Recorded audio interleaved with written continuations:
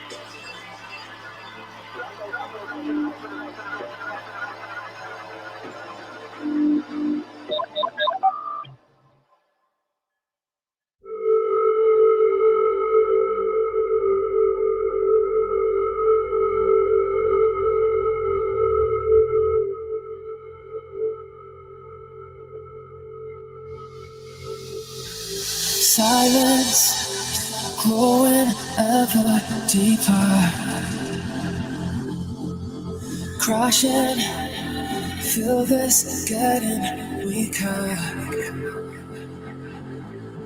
burnt out, torn into pieces, faded, barely even breathing.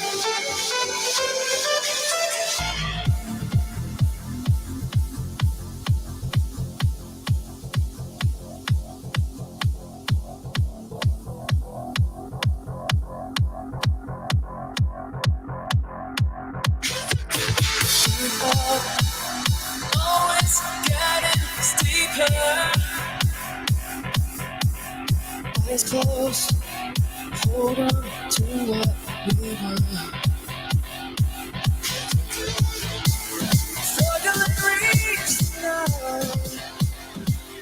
I know we gotta start the show and stuff, but I really, really love this song. It's really good. I almost don't want to, because now that I've got everything caught up and running, I'm like, God, really? I'm gonna start the show right in the middle of this song. It's like the pump up song. It's the hey, we're doing this. We got this. We got news people. We got rumors. Let's do right. This. The song that I messaged you that I really like, it's called World Wide Web, and I'm like, yes, a video game song that sounds like it's something for the internet. Like that's all me all day. All day, every day. Yeah, it's so good. Again. All day, every day. All day, every day. The chat is blown up, and I love it, though. Says some Jeopardy trivia. That would be awesome. I would be so down for some Jeopardy trivia. Just throwing this out there. If you're in the Sacramento area and you're free on Monday nights, please, we need more people on our team. It's just me, Jackie, and Tater. We need more people to come and hang out with us. So if you are a fan, they won't let me zoom in. No, they definitely would not. You're not allowed to have your phone in the bar when you're. Oh wow! I mean, you can have it, but like you have to have it like in your purse or something like that. Like you're not allowed to have it out. Oh, which purse do you take when you go? My wife's. I put my phone in my wife's purse. But got a little fanny pack. Come on, that would be smart. Fan. God, this song is so badass. Okay, let's get into this because I'm already late. So let's start this all off. Ladies and gentlemen, it's time to start the show.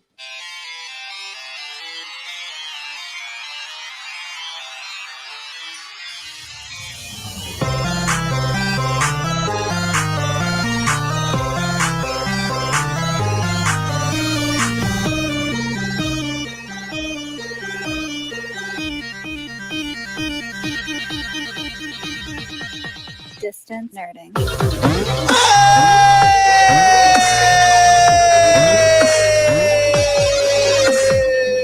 right, ladies and gentlemen, it is now time. We are late as all hell, but ready for all the fun because it is Taco Tuesday. You know what that means. If you're not watching or listening or experiencing distance nerding, then what are you doing with yourself? Do you even nerd, bro? Are you even nerding, bro? You know, yeah, because we're part of the Comic-Con Radio podcast. That was my family. line. I'm sorry. It's okay. She likes her mac and cheese spicy. It's Jenn from Frey Comics. It's almost like Jenny from the block. He's our choice for Booster Gold. Yes! It's young Phil. And we're here to nerd together. Nerd sometimes Some- together. Uh, Sometimes apart, because you can nerd apart and it's true. still okay. It's true. Now, number one, yes, I would love to play Booster Gold. I was talking, so Husby and I were talking about this. Yeah. That I'm like, because I saw the Anthony Starr rumors, and I think he would be fantastic as Booster Gold. But I'm like, who would be Ted Kord? Who would be his Ted Kord? Because that's so seminal to the character. Like Right. they really buddied them up for so long, and I'm like, I don't know, and I was like, Carl Urban, that would be freaking fantastic. But I don't want Carl Urban to be that in DC. I want him to be somebody else. So, Right. so I'm just like, who's gonna be Ted Kord? And then I was like, and then his daughter is pretty grown up, and I'm just like, so I'm like really getting into it in my head with it. So we'll have to discuss that later. So number one, the Ted Kord, yes, 100%. I would love DC. Call me. I would love to audition for that. Number two, I like that song so much. I'm playing it again. Just putting it out there. It's a good way to start it, right? Number three. We're talking anything pop culture, news, movies, music, food, wrestling, comics, whatever it is you're nerding out on. Ladies and gentlemen, we want to talk about it. Now, of course, follow us on Instagram, Facebook, Twitter, Twitch, Threads, YouTube, Discord, all at Distance Nerding. And of course, if you want to tell us if you think that Phil should play Booster Gold, yeah. or anything else that comes to mind. Beetle. But I'm okay with Mighty Duenya playing Blue Beetle. I'm good with that. Well, no, I'm saying like It's Ted Ted Kord, Kord. Blue Beetle. I mean, Yeah, you're right. You're right. Which they established that Ted Kord is an actual character in that What universe. about like Dylan McDermott? Ooh. This will be a philosophical discussion for another time. At Dist. It's nerding at AOL.com, and we will read it on the show. I really want to hear your guys' thoughts, more so than the people in the chat. I love everybody in the chat because you guys are here. But if you're listening to the show in the after effect, and you're, driving to work or at the gym or wherever it is that you listen to the show, email us. Tell us what your thoughts on the things that we talk about. Yeah, absolutely. Specifically, I would love to hear if you think I should be Booster Gold. That would be great. Yeah, let's do it. Let's make it a trend. Let's trend it. I'd have to shave my face.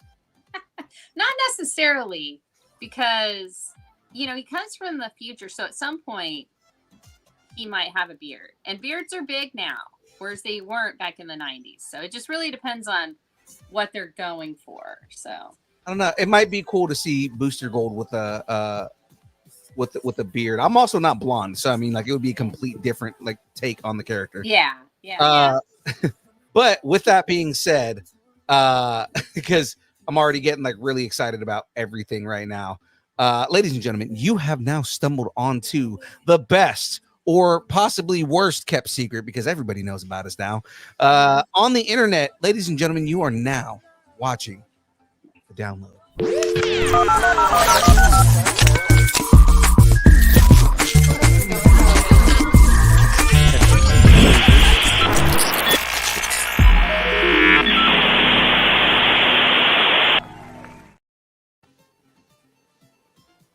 All right. Well, here we are. It is time to get into it. I'm excited. I don't know. Are you excited? I'm excited. usually pretty excited. I'm just saying hi to Say Long and just texted her. Okay, Jen, you turned into a computer again. Did I? Yep. Did I? Okay, Yep. I'll be right back. All right. It's like every week, somehow Jen just turns into a computer. I don't know what's going on. You guys were worried about me. Don't be worried about me. I'm fine. Am I better? You're good. You're good. Okay, all right. So let's jump into this, guys. This week on deck, we've got the Geekend Update. Oh, yeah. We're talking Powerhouse. It's here, baby. It's here. Lights, Lost for a second. camera, reaction. We are trailers. Okay. That Starting makes sense. rumors. Did the dinosaurs kill Blade? That's actually possible. It's a possibility, especially with the rumors we're going to talk about today. All right. And of course, the download. Is Pennywise coming to Sparta? That would be frightening. This is Sparta. And I'm sure whatever creature that Pennywise and Mary Poppins share a lineage from, I'm sure they existed in Sparta at some point too. Well, yeah. I mean, most clowns came from Sparta. I mean, that's a little known fact. It's true. Yeah. Because most I'm just clowns a are clown. murdery. I'm just the clown from Sparta. But of course, before we get into that, But first, let me get a shout out. Ladies and gentlemen, this show, as you all know, is brought to you by the wonderful people over at Dubby.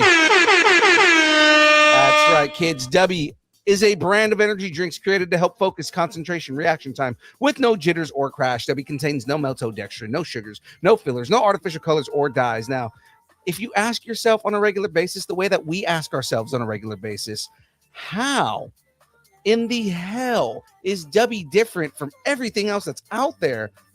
It's because Dubby has Neurofactor. Neurofactor is a neurotropic derived from the coffee fruit. Neurofactor helps give your brain focus and clarity, while the 150 milligrams of caffeine and 3 essential B vitamins help you stay alert and energized. Find out more about Dubby at www.dubby.gg.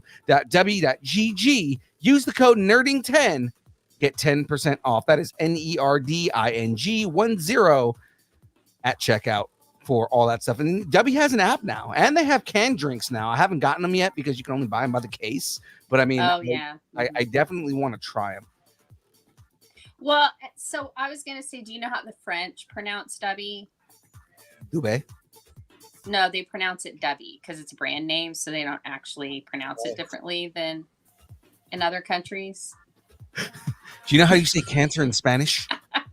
No, how? El cancer. El cancer. See, it works. It's all, cancer is the universal language, apparently. It's like that's a Deadpool line. Do you know how they say cancer in Spanish? El cancer. El cancer. I I don't think that's true, but No. I'm not sure if we have a word for cancer. It might actually just be cancer. I'm not going to look it up right now. Demon blood. That's what it is. Demon blood. Young Phil S. L. Cancer. God. Hi, James. I am a cancer. Just throwing it out there. And of course, James, if there's anybody here in this that is cancer, it's the guy that's not on the show right now. Yeah. That's in the chat. That's in the chat. Whatever. Talking smack. Doing those what do they call them? The uneven boards or uneven bars. Something like that. Anyways, moving on. We should start the Geek End Update. Yeah, so let's get into the Geek End Update.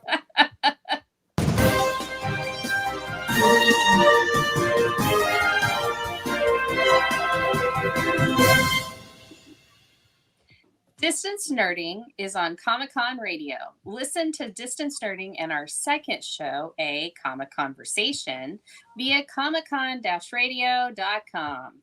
Look for the Distance Nerding podcast, even this episode and a new comic conversation each week on comiccon-radio.com/podcast. I'm going to need you to put that in the chat, Phil. Yeah. And it is true, just like I was late to the show today, I am late on getting those episodes up. So there are a bunch of them that are ready. I just got to get them out there. It's okay. We understand who you are. Is that a quip on my ADHD? Because no, that's a quip on you being an Aquarius, because I am too. okay. So I was gonna say totally because if it is a quip on my ADHD, I don't take it as a yeah, no. I like anytime somebody says something, I'm always like, well, thank you. And they're just like, I didn't mean that as a compliment. I took it as one. Thanks. I know. So Saturday, June 8th is Powerhouse, right? Absolutely. We are ready and getting ready for some Powerhouse Comic-Con. It is going to be a blast.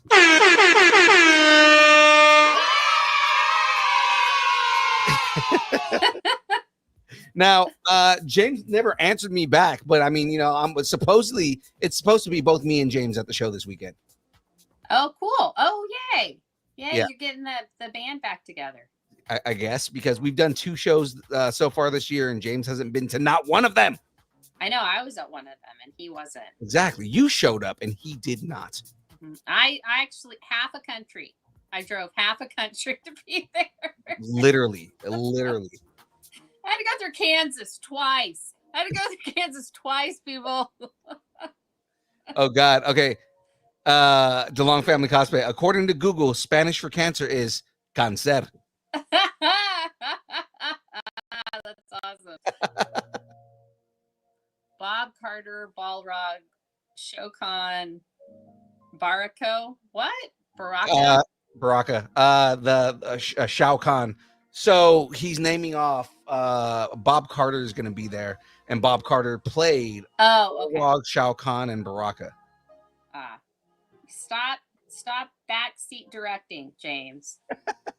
Well, I mean, he's jumping into it right there. So let's just talk about it. Like, over the weekend on Saturday, we're going to see Gigi Edgley from Farscape, friend of the show, Spencer Wilding, who was on Game of Thrones, Star Wars, Guardians of the Galaxy. He's my favorite alien in Guardians of the Galaxy, the first one. Favorite. He's my favorite alien in Hitchhiker's Guide to the Galaxy. Oh yeah, he's pretty awesome in Hitchhiker's He's every Vogon in Hitchhikers. But I'm always going to have a special place in my heart for his Stardust story for Robert De Niro. Oh my God, that's such a good story. It was so awesome, and I just loved it because we were writing the questions. I was like, well, I'll be up there on stage, so I just wrote a starter question and was like, I'm just going to put it in my voice. And then I wound up not being on that because Eugene wanted to do it, and he had to read the question. That was better than asking the question myself. So anyway, keep going. Being somebody who just did not understand the context of it. Of course, Andy Merrow is going to be there from Space Ghost Coast to Coast, Aqua Teen Hunger Force. You may be asking us, like, in your head right now, or, a lot of you guys watch the show enough to know, but who's Andy Merrow? Who did he play in Space Ghost? I mean, he's why did I just forget his name all of a sudden? I mean, he was really seminal to it as well. He is, and I'm all of a sudden forgetting his character's name, and he's like the big. He got his Zach. No, not Zach. Brack. Sorry, Brack. Yeah, Brack. the. Oh, and James said it in the chat. I was off screen right now trying to look it up, and then I remembered it as I'm getting ready to look it up. Brack. He played Brack, who got his own show as well. Oh yeah. I remember that. The Brack. Yeah, when they Brack did show. the spinoff. Yeah. You want to know something, Space Ghost? I'm better than you. All right, Aqua Teen Hunger Force. Bob Carter, who James was just talking about, who's been in Dragon Ball Z, Mortal Kombat, Street Fighter, One Piece, all kinds of stuff. And another friend of the show, Griffin Puatu, who played in Spider-Man Miles Morales. He played Genki, Deathstroke Knights and Dragons, Elder Scrolls, One Punch Man, Mobile Suit Gundam, Yokai Watch, Genshin Impact, Pokemon. He's been in all kinds of stuff. And he and Chris Niosi know each other, right? Him and Chris Niosi know each other. That's right. You know, Because then I was like, I heard Mobile Suit Gundam, and I was like, I vaguely remember that. yeah. They worked on a couple of projects that were the same. Yeah, that was our last Thursday interview was Chris, and then Monday, yesterday, you guys, a lot of you weren't there. Say Wong, was Kevin Zalden. Oh yeah, Kevin Zalden. That guy is awesome. I had a lot of fun. If you guys missed that, head over to the YouTube if you're not already on the YouTube and go and check that episode out. It was really awesome. And I actually did get put a dent into the Batmobile. I knocked out 4 bags yesterday, so it was pretty. Yeah, it was good. I took over the interview pretty early on, so so Phil could concentrate on Legoing or building or whatever. So let's keep going. So absolutely, Griffin's gonna be there. We got Gigi, Spencer, Bob, Andy, Phil, and James, maybe. Right. So, ladies and gentlemen, head over to powerhouse.com, powerhousecomiccon.com. Get your tickets. Be like the Long family and get yourself some forever passes. 100% worth it. Every show that I wanted to say Powerhouse puts on, but it's not Powerhouse. That every show that Colossus Girl puts on, they're all amazing shows, fun shows. Also, just not listed on our thing here, but friends of the show, the Fresno Deadpools are going to be there. Friends of the show, Project Wish Upon a Star is going to have a booth there. So I mean, just get there, guys. It's going to be a good time. And I mean, it's not like other cons where it's so expensive. Yeah. Everything's pretty reasonably priced. You get a really good cross section if you're there to shop for unique items. You get a really good cross section of items at the cons that Colossal Girl puts on. So, and it's always fun. It's a good time, family friendly. Absolutely. So, that's it. We should start getting into the show now. What do you think? I think we've, pussyfooted around long enough. Let's go ahead and do this. All right. Well, it's time for some lights, camera, reaction. Quiet. All right. Well, the first trailer we're going to check out here, guys, HBO Max, or HBO, I guess, is putting out. Is this stuff? Ren Fair. Yeah, I think it's like the Ren Fair circuit, and it's a documentary type thing, isn't it? Yeah. Okay. I think that's what it is. I was unfamiliar with this. I didn't know that this was coming out, but I'm gonna go watch this tonight now.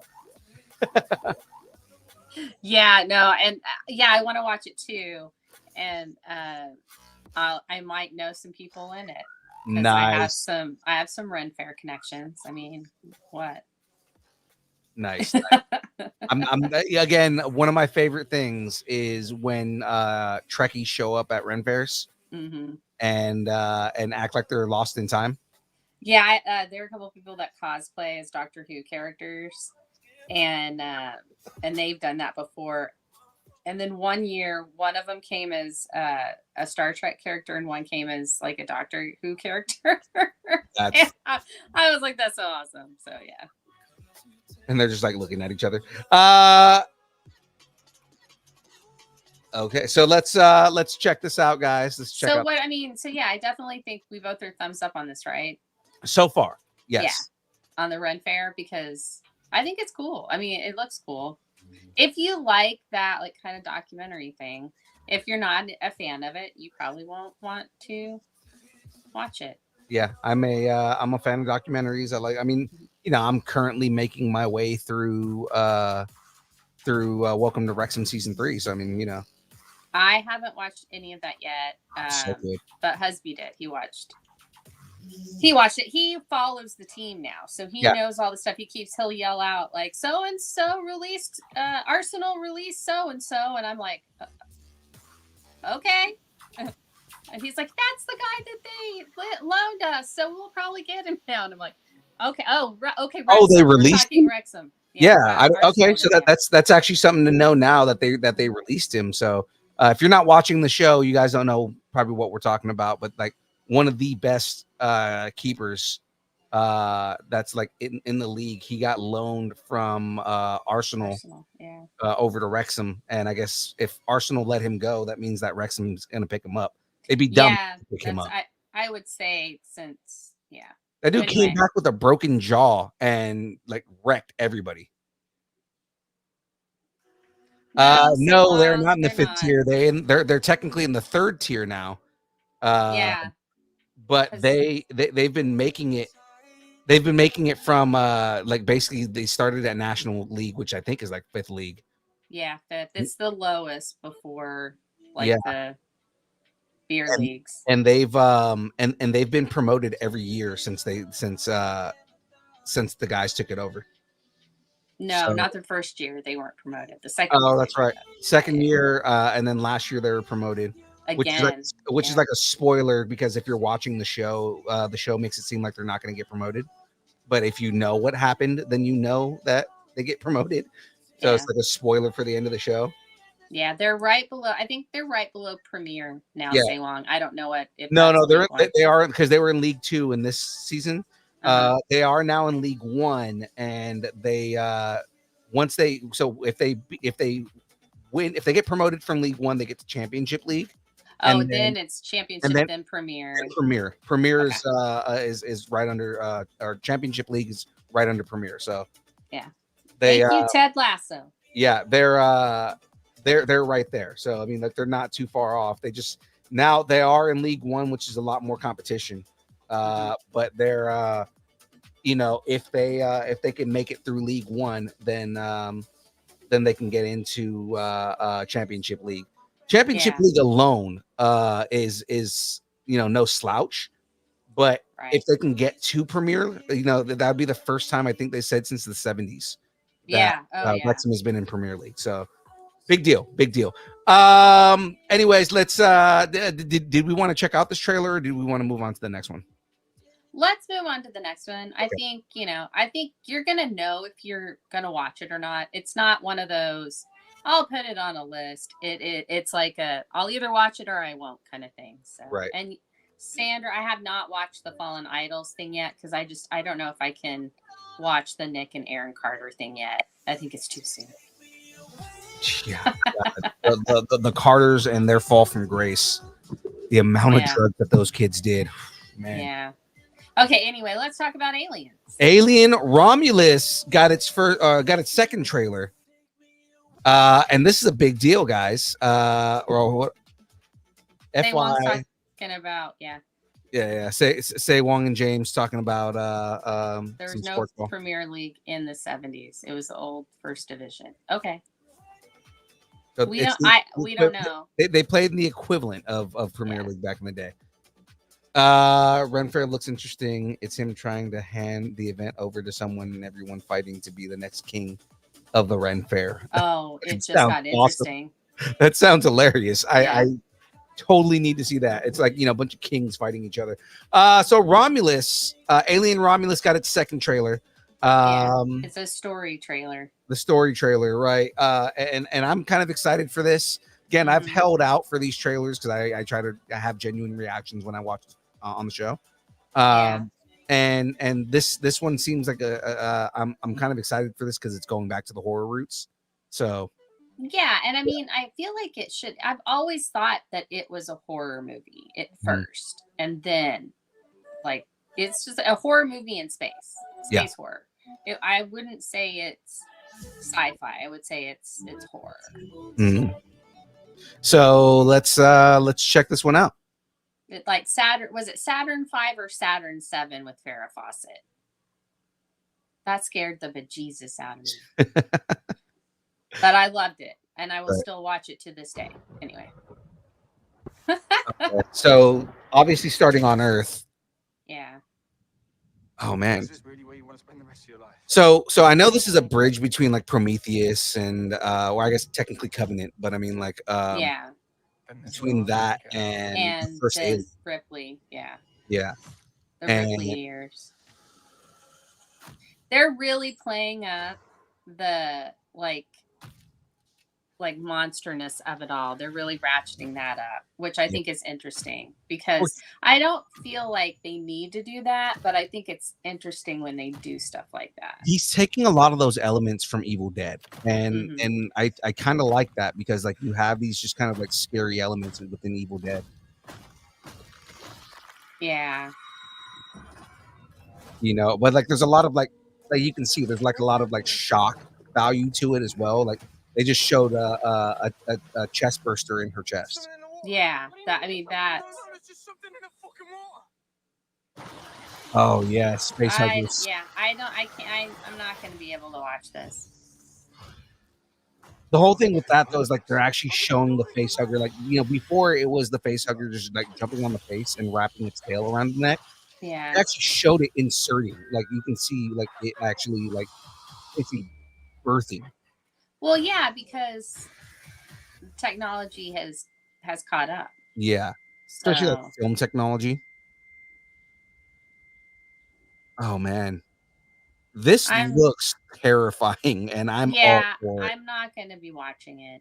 I mean, I'm very excited, and I probably will watch it at home.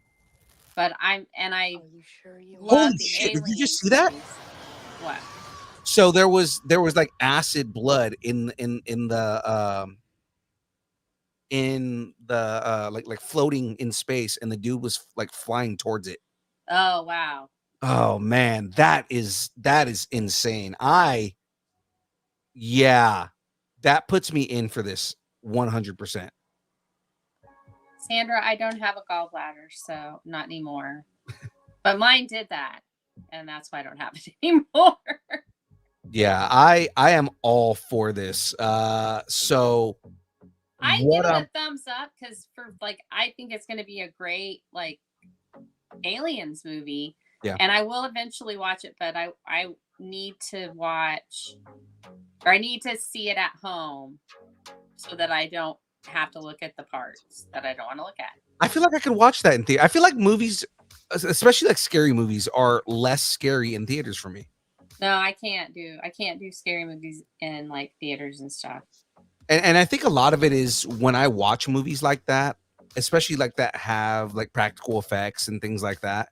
Mhm. I'm looking at like the puppeteering. I'm looking at, you know, kind of in the aspect of take the audio away and this movie's not scary anymore. Right. Well, I mean, there's that. I just get really invested in this story. So, you know, it's like the stick figure guys all over again. So I'm 100% on for this. Jen, what's your rating for this? I'm in a rate. So for the trailer and for the movie, like I've already said, I'm not going to see it. I won't see it in the theaters. I'm sorry. It's not that I'm not recommending people go see it. I just know myself and I won't see this. But for that trailer, I'm going to give it 9 like TMI face huggers out of 10. Why did we have to see the face huggers do that? I was okay not seeing that. I am also gonna give this 9 double mouth. You're too small for my big mouth, so I'm gonna use the little mouth. Out of So when the face did not I'm sorry, but this just reminded me of this when the aliens first came out, like the first movie, and they had like the big mouth and then like the little mouth. I always thought the little mouth should have like the sorry voice, and like the bigger mouth be like, hey, how you doing, guys? You know, sorry. Hey, I'm the evil queen. How you doing? Hey, it's all right. Okay, so Right. just get back in there right there, okay? Sometimes he just comes out. Has to speak to everybody. Do you need tacos? What was that? Do you need tacos? I have tacos sauce. Out of 10 dudes flying without being able to control themselves into space acid. There you go. Yeah. There you go. Sandra saying that me and Jeff can have a mandate with this one. I'm fucking down for it. Yeah, I think you should. Yeah, I'm definitely down for it. I definitely want to go and check that one out. So I'm all for mandates as well. Absolutely. There's nothing wrong with mandates. Yeah. Alien Romulus is bursting into theaters on August 16th. Yes, it is. Yeah. So let's move on to the next trailer here. I did not realize this one was coming as soon as it is because I think we just one. I was gonna say I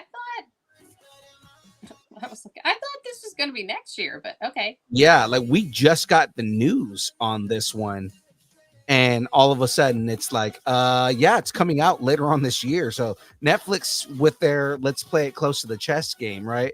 I know a lot of people aren't probably don't know based on looking at what we're seeing on the screen right now, but Tomb Raider: The Legend of Lara Croft, the animated series. It's giving me Korra vibes. It kind of is. She kind of does look like Korra. Yeah, she's got that Korra-ness about her. I like it. Only she's British, so you know she's not Inuit. Mm. There's a lot of diversity in Britain. Oh, you're not wrong. I mean, the national dish of Britain is tikka masala. Mm-hmm. Because their regular they love a curry. They love a good curry. Because their regular food isn't good enough to make their national dish. Let's make an Indian dish our national dish. Although sausage rolls are probably their national snack food. These are the same people. These are the same people who put beans on toast. Yes. Mm-hmm. I'm surprised it beat out fish and chips though, because fish and chips have always been like that's what I associate. I'm gonna pretend I didn't hear that. That upsets me a little bit. That beans and toast beats out fish and chips. No, I was saying fish and chips is what I think of when I think of Britain, like their national dish, not beans on toast. No, that's weird. And I have had traditional English breakfasts in England. And the beans are separated from the toast, but you can have them on the toast if you want. But anyway, James is asking a question. Hot question: is Legend of Korra better than Avatar? No, it's not. There are good aspects to Legend of Korra, but I think Aang's story in general is much more compelling, much more fun.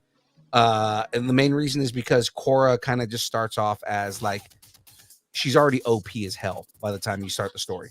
Well, and the way that I think about it is I don't, if you reversed them, like the order, and Korra came out first, I think it loses something. I think you need to have Avatar first to really appreciate Korra. Yeah. And so if you didn't see Avatar first, or if you did, and like, don't get me wrong. Don't get me wrong. I'm not saying because there's a lot of people on the internet that sit there and like tear apart Legend of Korra. I'm not saying Legend of Korra is bad. Legend of Korra is pretty awesome in its own right. There's a whole lot of stuff that gets introduced in Legend of Korra that is just amazing. Like the metal benders, and you get to see kind of like, Aang's dead at this point, but like you see his son training, like starting a whole new, like repopulating the air nomads. Like it's a really cool thing. So let's check out this trailer because we're really going off on a whole bunch of tangents. I have not heard of the lad baby sausage rolls. Sandra. I didn't know Lad Baby made their own food. Cam said, did he miss the Venom horse? Not yet. That Venom horse is coming soon. Okay, there you go. Danger.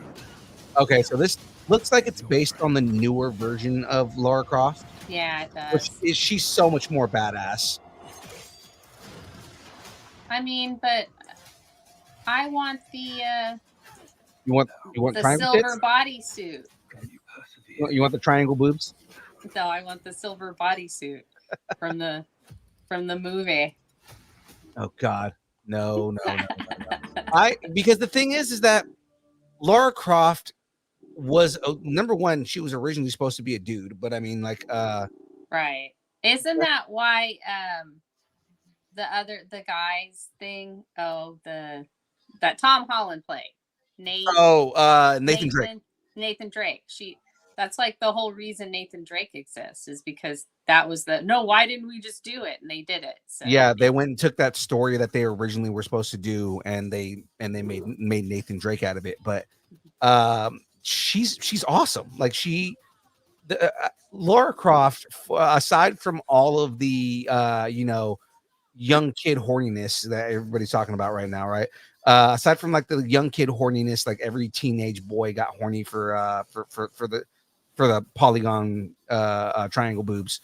But like aside from that, she was a badass. Like she was a young female version of Indiana Jones that dealt with even more crazy things than Indiana Jones ever dealt with. Yeah, she had to do it in heels and backwards. Yeah. Oh wait, that was Ginger Rogers.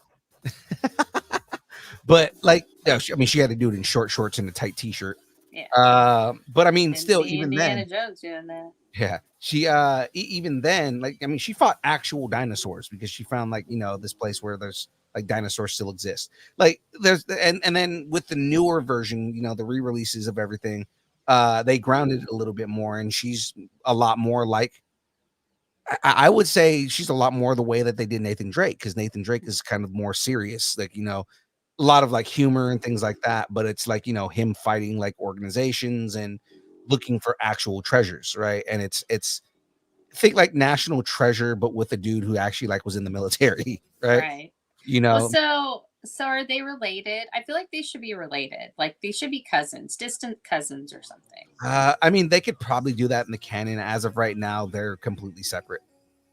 Nah, in my head, they're cousins. Like he's like her like American cousin that she's really likes, but she doesn't get to see much because of what they do. I'm not the thing is I'm not sure if Lara Croft is related to royalty. Yeah, she's a lady. Is she? But that doesn't mean anything because there were a whole bunch of American heiresses that actually married into. The reason I'm bringing that up is because Nathan Drake is a descendant of Sir Francis Drake. Okay, yeah, then they're related. Yeah. So that was one of the things from that they made a big point of in the first game was because he was looking for Sir Francis Drake's like lost treasure. Yeah.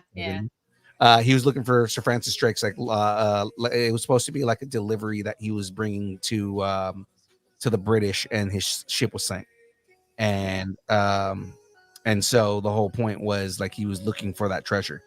There was like a whole bunch of like Spanish gold, that whole thing. But so they're cousins. Yeah, like the reason that he had so many of the clues that he had was because he had a lot of like heirlooms that were like passed down in his family, and he's Nathan Drake. Oh, it is very national treasure. Yeah, Nathan Drake is a direct descendant of Sir Francis Drake, and then the story just exploded from there, and they just like did his whole like background story and everything. But in the original game, that was like the big deal because I think that they didn't realize that they were gonna have a whole franchise out of that game. Oh, that's amazing. Mm-hmm. That's neat. Yeah, I haven't played that. I haven't played a Tomb Raider game either. Husby has, so I've seen it. But if you're gonna play them, check out the new ones, just because the like Shadow of the Tomb Raider and things like that. Mm-hmm. She is a lot more badass. Like the original games are kind of like almost fanciful with the way that they play them, because it's just they were video games from the 90s, so we have to throw like crazy elements into these games in order to make them enjoyable. Well, like with the newer ones, they can just be full on action adventure.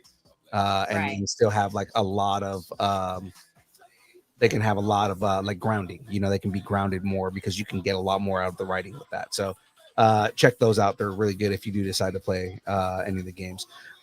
James with his jokes in the chat. DeBloom, Tater is a DeBloom. Nathan Drake's distance cousining is Chester Cobblepot. Oh man. Yeah. Okay. So I would watch this. I need to get Netflix back because I got so much to watch on Netflix now. I would absolutely watch this. Yeah. What is? I'd give it. Go ahead. No, I was saying, what's your rating? I was gonna say. I was just thinking. As I said that, I had to scratch my eye, so I was like, perfect. I'll give it 9. Oh my God, you look like Cora. Out of 10. Why does it always have to be water? Why can't it just be a nice beach somewhere? No water. I mean, they always try to drown her. So Yeah, always. I'm also gonna give this 9 well-placed arrows to the face because she's like a master archer. Out of 10 polygon Cybertruck tits. Now she's Shiva. The Cybertruck took inspiration from Lara Croft's boobs. You know they did. Elon Musk just like caresses his every Oh night. yeah, Elon Musk is one of those gross poster boys anyway. So there you go. Yeah. So let's get in. Oh, and the show itself is coming in Netflix October 10th. So we are ready for that. He said, I'm gonna be turned on the next time I see a Cybertruck on the streets. You already were. Don't be fronting. Yeah, you already think about it. All right, ladies and gentlemen, Cam has been waiting for this trailer. Let's get on to this one right here. Oh wow, it's the Joker equivalent of the MCU. Yeah, I am. I'm up in the air for this one, whether I care or not. But ladies and gentlemen, here we are. The first trailer for Venom: The Last Dance has been released. Last chance for romance. Yeah, sure. I watched it, and I said it makes me want to watch it. Yeah. The trailer makes me want to watch the movie. So did Let There Be Carnage, and that turned out to be a disaster. Well, let's just pull the trigger on this. And some of the references in this trailer seem like they're going the route that I said it was going to go when we first found out about this. Mm-hmm. He mentions my people are coming. Oh God, it's another. I'm telling you that they're doing. God, I'm forgetting his name again. The god of the symbiotes. No, they're gonna do Null. They think that they've earned Null and they have not. So, but let's check this out. But Tom Hardy has done he's done a good job. I think this whole split personality thing that he's done with it has been good. I think with better. I think with writing where somebody actually understands Venom, he would be a great Eddie Brock. But the thing is like, he doesn't have the personality that Eddie Brock should have. Yeah, he seems a little bit more like downtrodden. He seems like timid. Yeah. And it seems like, the psychopath is more so the symbiote and less Eddie Brock, whereas Eddie is the actual psychopath in this. Yeah, I do like this little joke thing. Yeah, this was good. Yeah.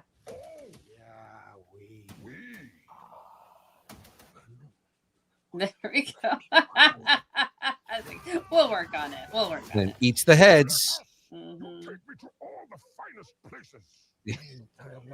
And they're obviously in Mexico. Mm-hmm. But see, I think that's the opening scene in the movie. The only reason I think that is because he's still in the same outfit that he was in at the end of No Way Home. Yeah. I just think it's awesome because you got Keeley and you got the believer, or what was his character's name on in Serenity? Oh no, that wasn't him. He's Mordo. Sorry, different guy. He was on Firefly though. He was somebody on Firefly. I do like that they're Remember him. playing Captain Tom. Like Yeah. you know, that's kind of been like the new thing in these trailers is to take like, you know, an old song and make it into like a, you know, like an epic version of that song. Yeah, absolutely. Yeah, it's just it looks cool. I think it was, you know, it's edited well. My home has come to find us again. Like, I think Yeah. that we're gonna see Noel, and I don't think that they've earned Noel. Yeah. There's an army coming that cannot be beaten. But Now- you know, I love Keely. Oh yeah, Keely's in this. Yeah, I love her. She's the doctor in it. I also don't like that we're 3 movies in and we still don't have the White Spider. Mm. Like, there's still no White Spider on Venom's chest. Yeah. This is cool though. This is kind of a cool thing. Only one way to find out. See, I will admit that I like Tom Hardy's Venom voice. Yeah. I think it does make sense for Venom. Because that is Tom Hardy playing both like himself and doing the Venom voice too. Yeah. No, I think it's cool. You know, if I were going to watch a Venom movie, this would be the one I would watch. Yeah. But I haven't watched the other ones and I don't really want to. So Yeah. Like I said, you know, I don't feel like they've earned some of the things that that they're talking about that they're doing. Matt in the chat, Night of Oa. No, I love Noel. I don't think that they've earned Noel. I don't think that Noel is a character that they've done, like they haven't told enough Venom story to bring Noel in. At the same time, because they're trying to do like a full-on Agent Venom without doing Venom ahead of time. You're not doing any of the anti-hero Venom stuff. He's more of like an unhinged hero. yeah. You know, and it's like there's a lot of choices in this story that I don't like that they've done. You know, again, I was not a fan of Let There Be Carnage because they didn't portray Carnage the way that they should have. And you've got like a guy who was perfect to play Cletus Cassidy. You know, just it wasn't, they made it a love story, and it's like Cletus Cassidy, his driving force isn't love, it's chaos. And I guess you do that like you made a joke earlier about like the Joker of the MCU and everything like that.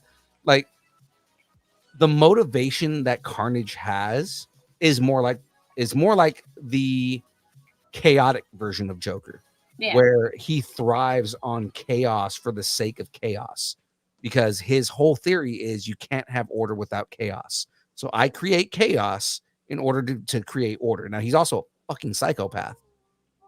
Well, yeah, no, I mean, I'm just saying like Venom is really overhyped, but in this again, like we're gonna get another Venom at some point, and I want Venom the way that he should be. I want do you Venom feel that is, Tom Hardy was wasted? Like I his kind of do. I feel like, see, I like Tom Hardy. I think that Tom Hardy has a lot of aspects that are great when it comes to the way he portrayed Venom, right? What I don't like is he's more Flash Thompson than he is Eddie Brock.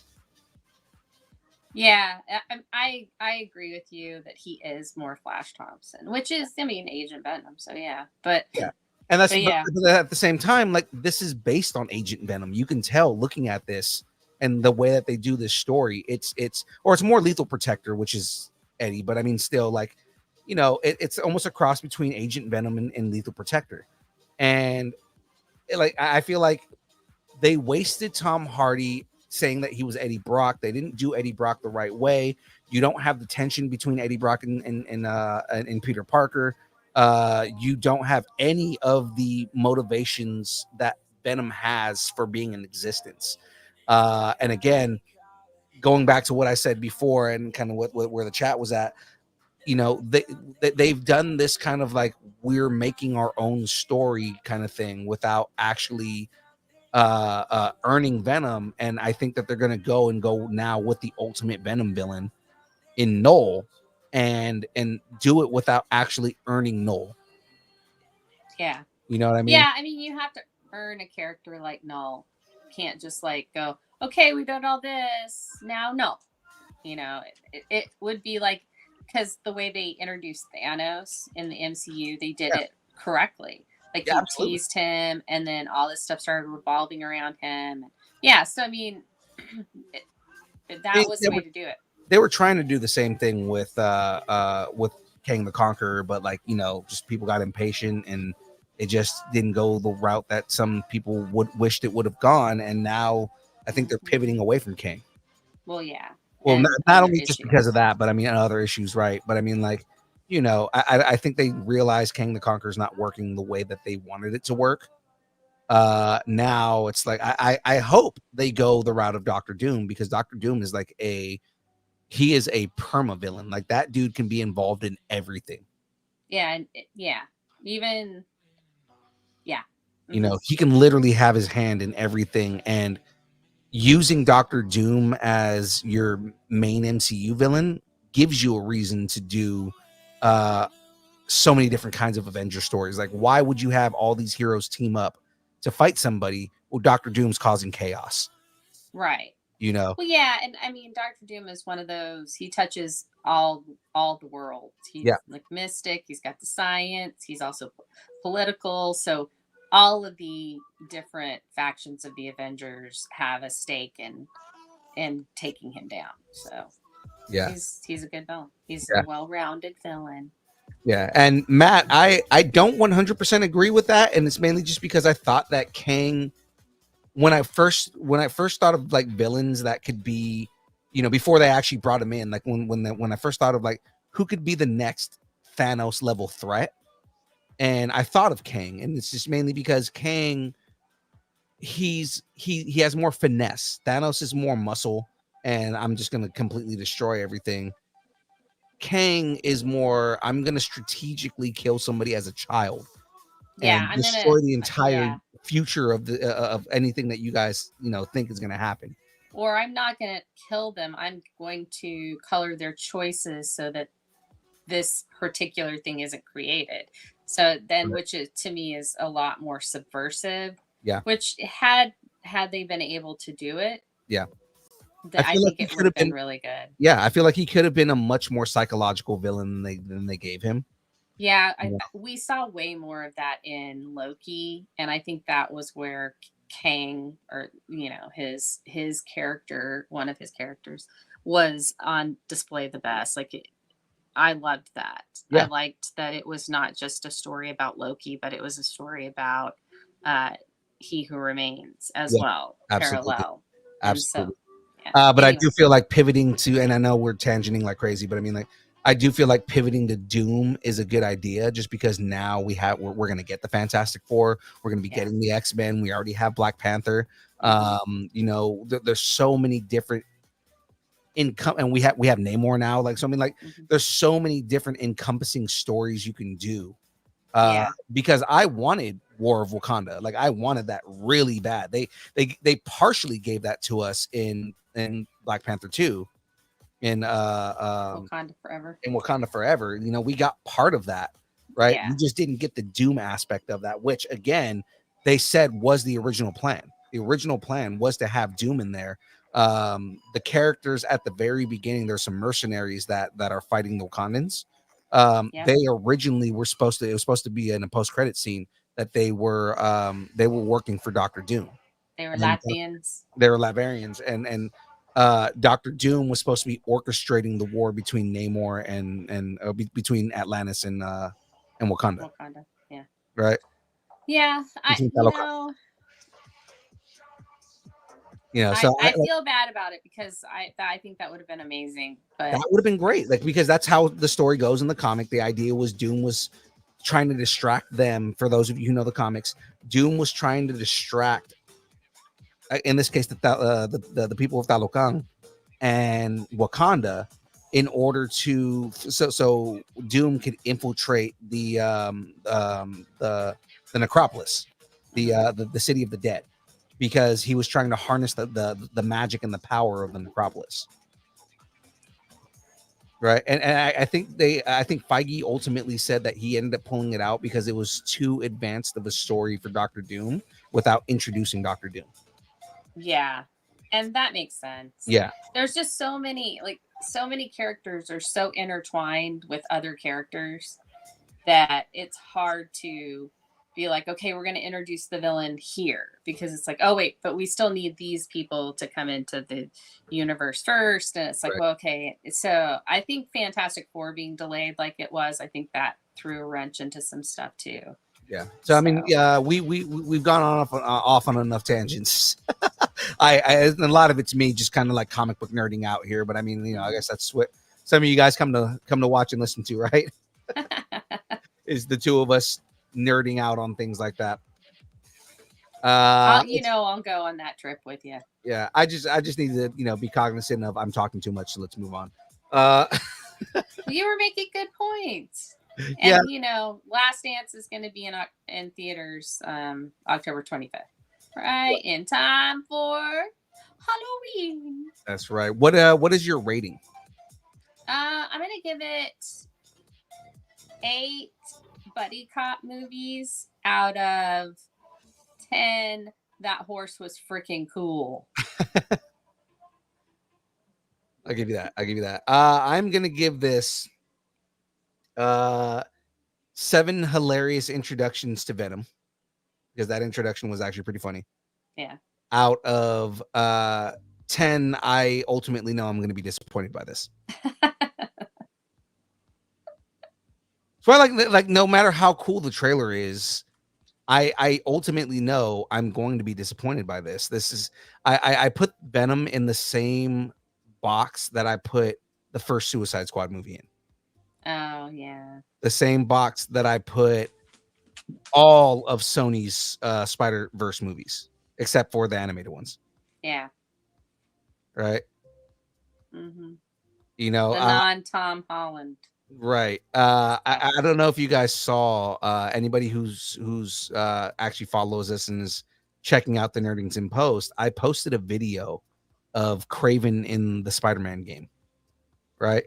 And it's like, this is what Kraven is supposed to be. But the abs. This Kraven also has abs, but he's Russian, and Scorpion is trying to fight him. Mm-hmm. Right. And he just grabs Scorpion midair by the throat. Right. And Scorpion takes his tail and hits him in the chest with it. And Kraven for a second like shudders and goes, and then goes, "Is that all you've got?" And then pulls the stinger out, rips the stinger off of Scorpion and throws him on the ground. He's like, child's play, and throws it on the ground and then walks up to him again. I'm like, this is the way Kraven needs to be. Right? He needs to be like this dude where like he looks like, oh man, you got him. And then like, nope, Kraven's a badass. He's just going to murder everybody. Yeah. James said Venom is like eating KFC. Ultimately, you're going to be disappointed. I'm probably going to give you the poops. You're not wrong. You're not wrong. Okay, so ladies and gentlemen, wow, KFC slander. Matt, you tell him. Tell him. All right, so let's move on and get into these rumors, because we've got a couple of them here. Yes, we have like a whole show to do. Yeah. Let's do this. I don't know where to get him. The white girl band.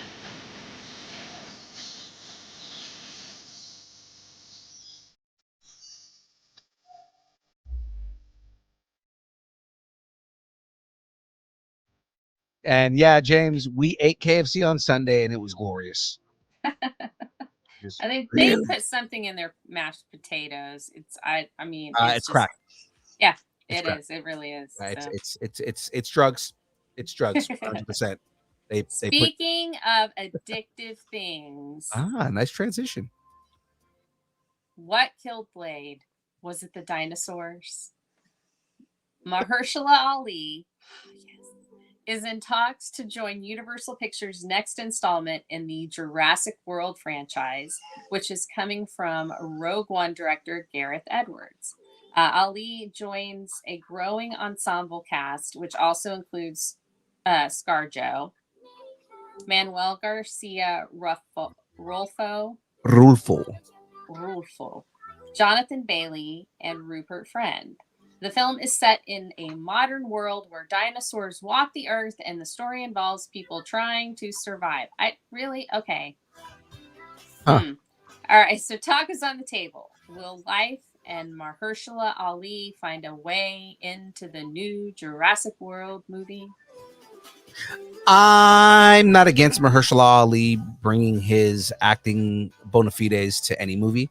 Yeah. And the thing is that he is one that brings a lot of credibility to any franchise. Mm-hmm. I'm just curious who he would play. I would like to see him play a Jeff Goldblum-esque character. Yeah, it's kind of hard to call what kind of character Mahershala Ali is going to play because he's so fucking versatile. The guy, like he plays a different character and has a different personality in almost every movie he's in.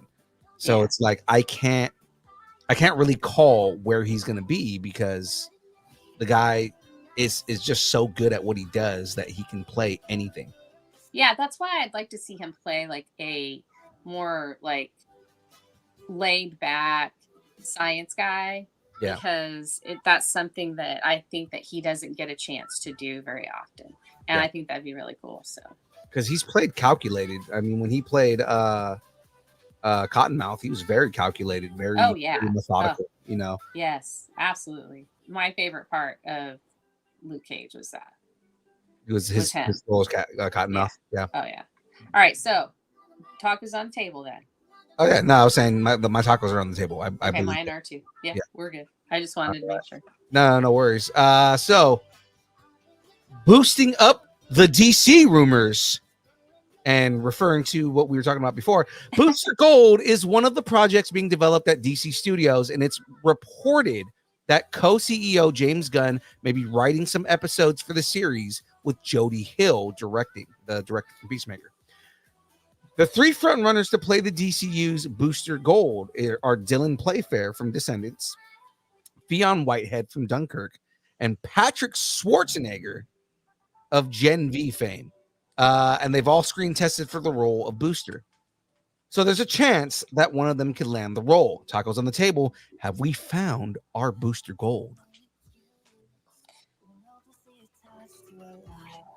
I mean, I could see any of them. They're younger, so obviously they are going younger. Mm-hmm. So that'll be interesting. Dylan, I always thought of Booster being like 35-ish. Gotcha. Yeah, these dudes are all like in their late 20s. Yeah, so I wouldn't mind any of them. Yeah. I would say like Dylan Playfair definitely has the look. Mm-hmm. He definitely looks like the kind of dude that that could be like that kind of like, you know, playful. I'm not really serious because I'm doing a reality TV show kind of guy. Yeah, and Patrick Schwarzenegger is a really good actor. So I was gonna say he surprised me in Gen V. So like I think I was having like low expectations because you're like, you know, you're Arnold Schwarzenegger's son. Mm-hmm. You know, and like your dad is iconic, but I wouldn't really say that he is a thespian. Right. Right. He's not like the greatest actor in the world, but he is entertaining as hell to watch. Yeah. I would say that his son is that, but the opposite at the same time. The dude can act.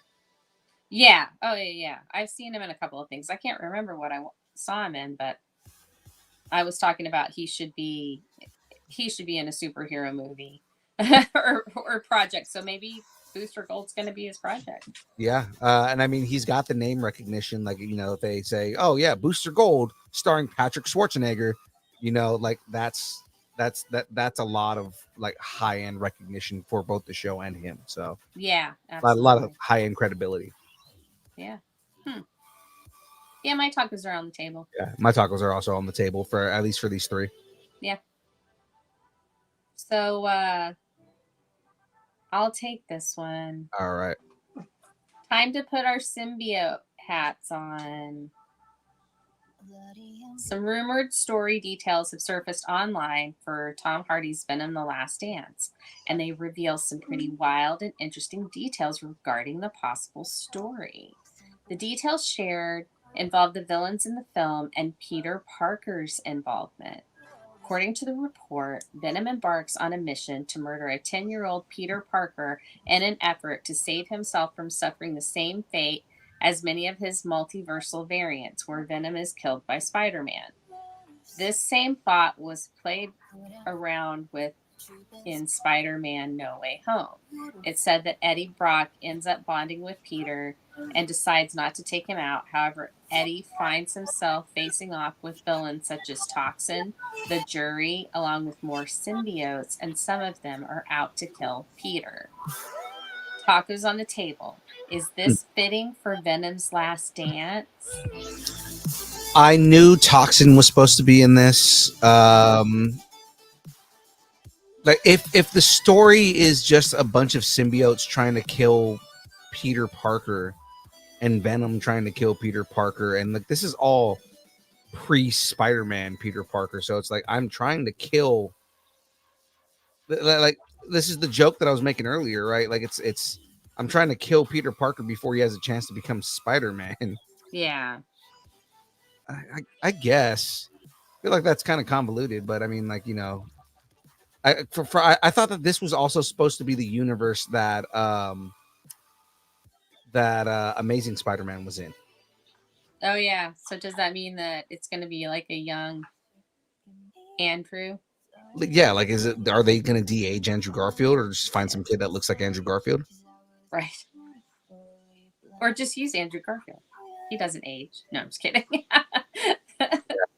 Saying in the chat saying, will Venom finally get the Spider-Man abilities? I mean, he has one of them. He technically has the tendrils, which he uses as his like swinging stuff. Mm-hmm. Well, I don't know. I can't put tacos on the table for this because I haven't seen any of the movies or anything. So yeah, I'm going to keep my tacos and I'll eat them. The only interaction he's had with anything Spider-Man related was the post-credit scene in No Way Home. Ah, okay. So he has not been he has not had any interaction with anything related to Spider-Man. Concentrate. Yeah, they should probably keep it that way. I don't think they are because Sony thinks that this is their way to make money. Yeah, whatever. Yeah, They're trying so hard. Stop being such tryhards. Yeah, 100%. Again, my tacos. Again, my tacos are on the table for this because the rumor is that they're going to be chasing Spider-Man and they're going to have like multiple villains also doing the same thing. I think this is just another way for them to try and do Lethal Protector and do like, okay, well, Venom is going to be trying to kill Peter, but realizes a bunch of symbiotes are trying to kill him, so now he's going to try and save him. Okay. Right? Again, I kind of don't feel like we've had I don't feel like we've had the things related to Venom that give him the story detail to do that. But I mean, I think that's because they really want to make him an anti-hero and make him somebody who's lovable. So yeah, I don't care. It has no effect on me. I'm not ever gonna watch them, so I'm like, all right. Even if they did put time, well, I might watch it. They're still better than Morbius. They're still better than Morbius. They're still better than I mean, anything's better than Madam Web. I haven't even watched it, and just nobody has ever said anything good about those movies. Actually, I did hear Cindy Rue Cosplay said it wasn't that bad, but I I mean, the reaction was it wasn't that bad. Not it's good. I don't know why everybody hates on it so much. Like it's not my reaction to the Marvels, right? Where I'm like, why does everybody hate on this? This movie's fucking great, right? It's more of a. I mean, it was okay. It wasn't that bad. That's different from saying it's a good movie. Why does everybody hate on it? You know what I mean? Yeah. No, I look. I probably at some point will watch them. I'm just not. I'm not a Venom fan, and I'm not. I don't know. I'm just like, eh. Yeah. I mean, I'm a big Venom fan in general, but just again, this is it's a fun take on Venom, but it's not the Venom I want. Yeah. It's not the Venom you need. It's not the Venom I need. Absolutely not. Again, it's a fun take. As movies themselves, it's like, yeah, they're entertaining, but they would be more entertaining if they weren't Venom. There was just like some random alien inspired by Venom. Yeah. You know, we really need kind of a palate cleanser. And you know who the best palate blah, blah, blah, blah. You know who the best palate cleanser is? It's Chris Hemsworth. And all of his abs. Right. And his abs. Yeah. He's those lines on his on that picture that's on there. Those are abs. Those aren't actual, like, you know, wrinkles. Those are abs. Yeah, he has abs everywhere on his body. On his forehead. Those are his forehead abs. All right. Yeah, because ladies and gentlemen, is Thor getting ready to roll out? Chris Hemsworth, who was just recently in Furiosa, is in talks to star in Paramount Pictures' Transformers G.I. Joe crossover movie. Mark Varadian, Michael Bay, Tom DeSanto, and Don Murphy are producing. Steven Spielberg and Hasbro Entertainment are executive producing. He also plays Optimus Prime in the upcoming Transformers 1 animated series. Tacos on the table. Should Hemsworth Bifrost his way into the G.I. Joe Transformers film? I'm 100% behind this. Tacos totally on the table. I think this could be a good IP for him. Yeah, I'm not against it, mainly because the way he sounds like Optimus in the trailer is really fun. I think that it's a good take on Optimus Prime because he's doing something different. He's not doing exactly what everybody does, which is really, really, really try and do, you know, the original Optimus Prime. Yeah. You know, you can only do so much, you know, of Peter's voice. So yeah, no, absolutely. Yeah. But no, I think it would be a good move for him. Something that he can still do, that, you know, that doesn't take as much time away in case he wants to do more movies and stuff. And I think that would be good for him. So yeah. And then Tacos on the table on this one, I think that it makes sense for him because he's already getting a lot of positive feedback for his take as Optimus Prime, as Optimus Prime in OP1 in a property that hasn't even dropped yet. You know what I mean? So it's like, you know, everybody's talking about, just based on the trailer alone, how much they love his voice. So I think that well, he's got that really like deep throated voice that really like has gravitas to it. So I think he's a good Optimus Prime for the next generation. Yeah. Faking Audrey Kidd on Instagram says rumors are a test of time. Oh, okay. But yeah, so my tacos are on the table for this. What do you think? No, yeah, I said at first, tacos on the table, 100%. I was like immediately, nope, 100% on board. Let's do this. So, right. Where do I sign? Speaking of signs, that was totally unintentional. Bears Beats reboots rename. The Office reboot, currently planned for Peacock, may be getting a name change. Oh, here we go. It's going to be Agatha all along. That's what it's going to be now. So the streamer is reviving the Office universe with a new series planned to take place in the same world as the one occupied by the Dunder Mifflin faithful. Greg Daniels will return as showrunner and executive producer of this new The Office. A new directory listing may have uncovered what the working title is going to be. Greg Daniels' bio page on the Writers Guild of America West page shows him listed as showrunner and executive producer of The Paper, a previously untitled project from Daniels and Michael Coman. The Paper is scheduled for the 24-25 season and is listed as a comedy, which lines up with what we already know about The Office continuation. So, tacos on the table. Is this the new name, or is The Office going paperless?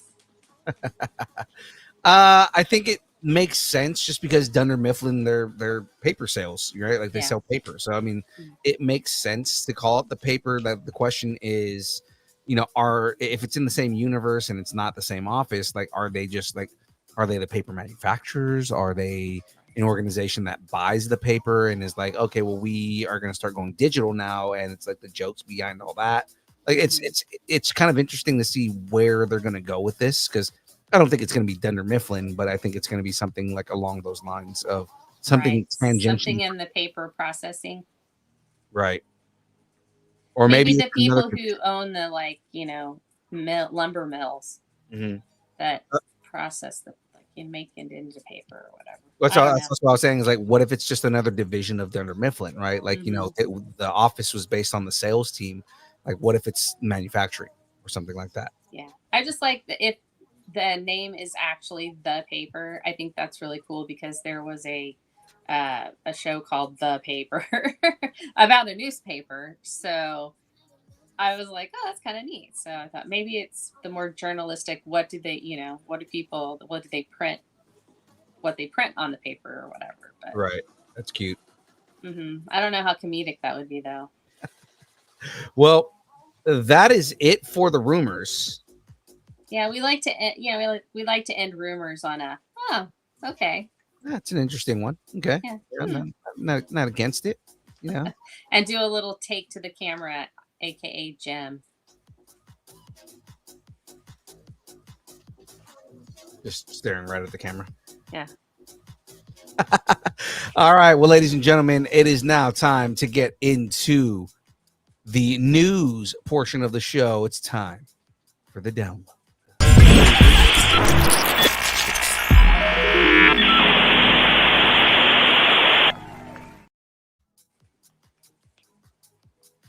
Of course, ladies and gentlemen.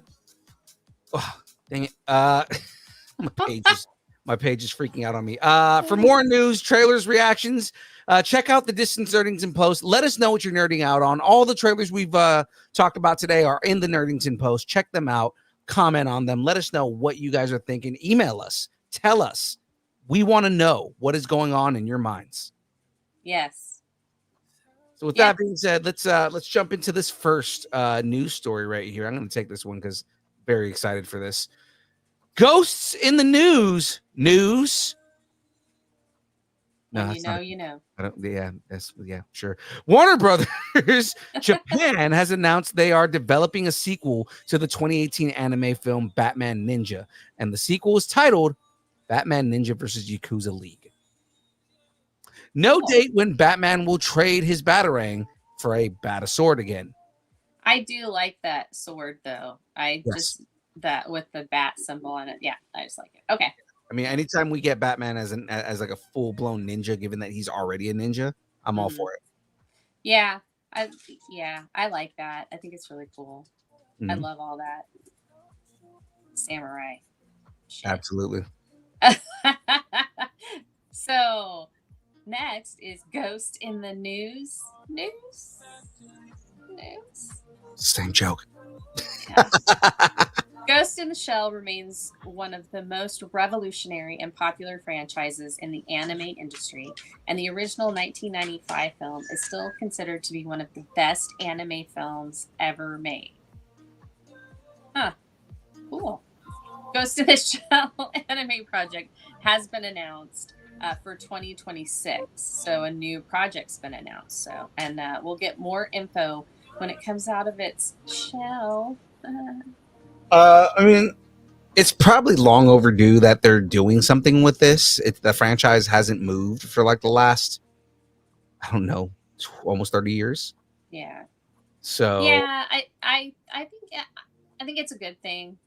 The nostalgia Yeah, we are getting back. We're getting to that era again as far as the nostalgia goes. Yeah. And yeah, I think it's ready. We're ready. Yeah, and I think it's more like if they keep in the route of the anime and everything like that, because you can get more stories, kind of based in that universe. So Yeah, absolutely. especially with like the rise of cyberpunk right now, like cyberpunk is getting a lot more popular again, like it was in the mid to late 80s. Yeah. So with cyberpunk kind of picking up again, it's like now's a good time to do another Ghost in the Shell. Yeah, really, I think it's time. It's time. Or well, 2026, it'll be time. Right. So moving out of there, from the shells to the sewers news. Staying within the ghosts and monsters, though. Yeah. Bill Skarsgard is set to reprise his role of Pennywise the Clown in the upcoming It prequel series, Welcome to Derry.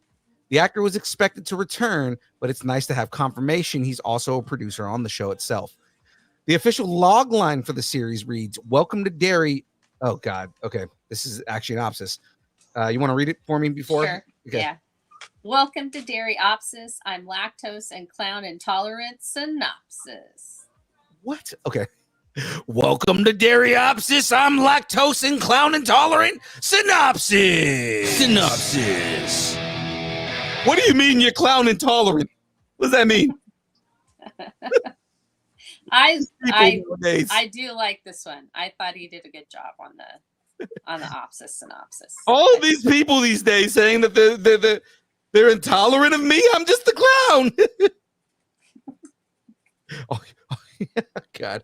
I'm just going to continue to do his voice for the rest of my life and just keep that man alive. I think you should. I mean, that voice is never going to disappear, just because if you know old Hollywood, then you know that voice. But Yep. set in the world of Stephen King's It universe, Welcome to Derry is based on King's It novel and expands the vision established by filmmaker Andy Muschietti in the feature film It and It Chapter 2. Watch out for red balloons near sewers in 2025. Cool. I won't watch it. I am horror intolerant. I have an intolerance to horror. Okay. So leaving creepy clowns, and Derry. Next stop, this is Sparta, which is the abs and the sweaty men. It's the things that you love to watch. Warner Brothers TV is developing a series based on Zack Snyder's 2006 action movie 300, which in turn was an adaptation of Frank Miller's comic book 300. The series is said to be a prequel to the film, and according to Deadline, the studio is looking to bring Snyder and Deborah Snyder back to work on it along with members of 300 production team. So no date for when the battle will begin. Good, because the second movie didn't have Zack Snyder. He was there as a producer, but he wasn't there consulting. So speaking of consultants, James finally shows up at the end of the show. It's not the end. And what is an end? It's just a beginning about to happen. So let's get philosophical for a second. Sure, why not? No, see, we can't, this is not the philosophical part of the show. This is just the little, hey, here's what's going on. Okay, let's move on. Right. Because our backseat director has said that it had to be that way. That is very true. And I'm glad I'm here, because speaking of abs, nice segue. It's time to head back to the arena for another reboot of American Gladiators. I forgot they did a reboot of and this. It did not do well. The second one didn't do well. No. The competition series that rose to prominence in the late 80s into the 90s has found itself back in the zeitgeist. Anytime we can say zeitgeist, that's yeah, good. and American Gladiators. Exactly. So- According to the deadline, Amazon has ordered an American Gladiators reboot for Prime Video. MGM Alternative and Amazon MGM Studios will produce American Gladiators. No date when we will return to the Eliminator. Yeah. Get your tennis balls ready, everybody. Blazer. Hazer And all the different kind of Azers. and Grazer. He's the Grazer. one that likes to eat. Like we're That'd be saying good. all these names, and in reality, like Ice is the one that kicks the shit out of everybody. So Yeah, Ice was Yeah. dope. I remember Ice. she was sick. like She these took no guys. prisoners. At all. So yeah, no, I mean, I'll probably like this is gonna be one of those go back and watch it kind of things. I'm probably not gonna watch it as it's airing, but Mm-hmm. I'm definitely gonna check it out to see if it's as good as like the original. Nothing as good as the original. I don't think Amazon has any reality TV. Is that weird? To They're See? starting to actually a couple of things. Okay. Yeah. Because I know Peacock does, and I know Paramount has like Survivor and Big Brother and Yeah. Mhm. Challenge. Yeah, there's a TV show, The 1%. That's a game show. Mhm. That's on Prime now.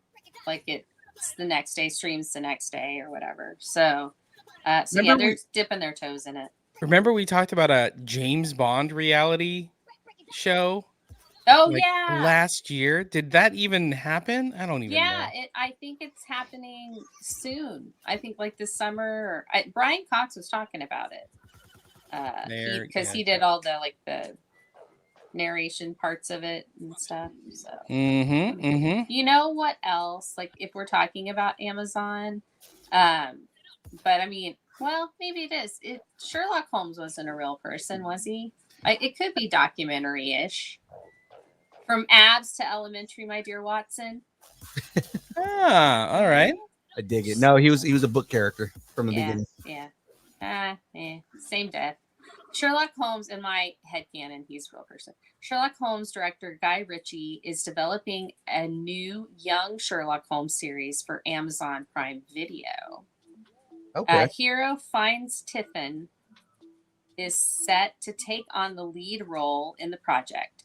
Ritchie and Tiffin previously worked together on the film The Ministry of Ungentlemanly Warfare. Oh, I still haven't seen that. I want to I watch. haven't either. I really want to see it.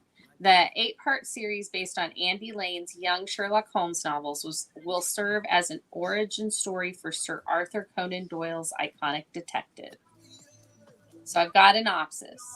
Okay, lay it on me.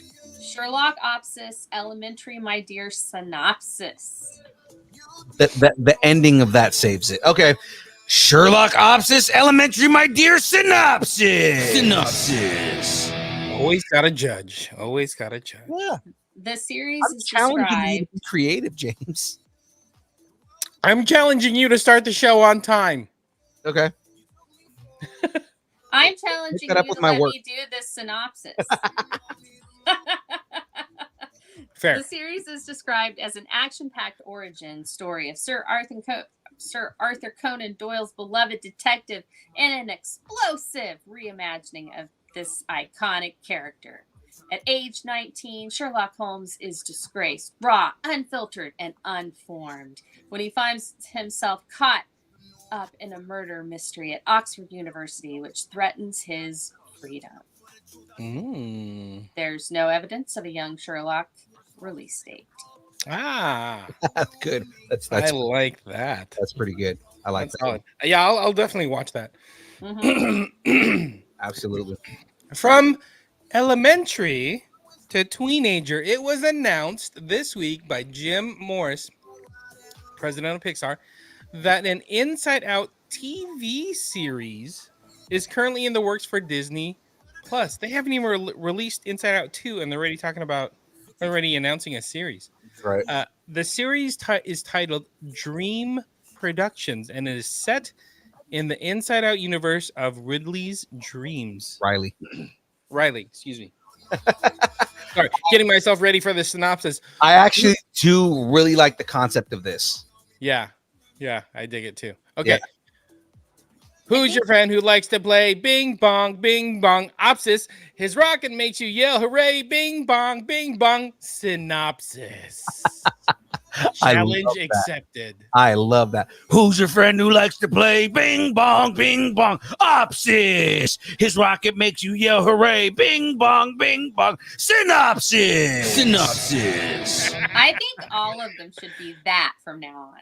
Yes. We got to add bing bong to each of them. Bing bongs, yeah.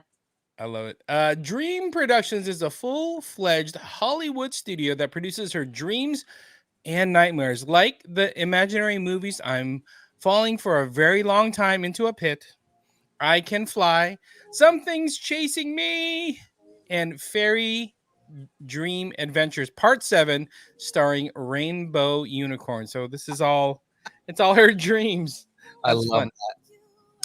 We will be entering the dream state on Disney Plus sometime in 2025. I'm all for this. I am too. I think they could do a lot with mental health with it too.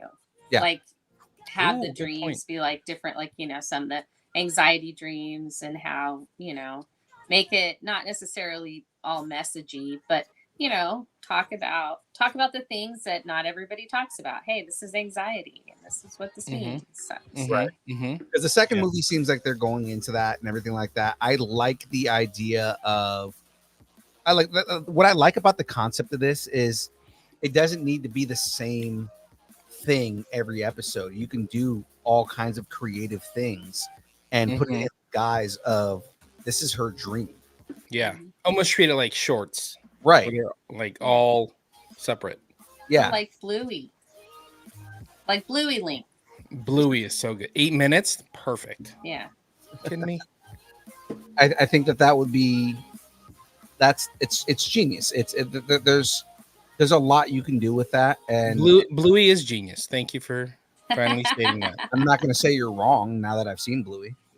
Hey, I said this. Did I say this last night? Or I don't know. Anyway, Bluey is a palate cleanser. You watch something heavy or like really dramatic that really impacts you. Like I'm gonna watch Acolyte, so probably gonna watch Bluey afterwards, just because you know I'm gonna be really emotional. And Bluey's it's the best, like just palate cleanser. You just watch a couple and you're like, okay, I'm better now.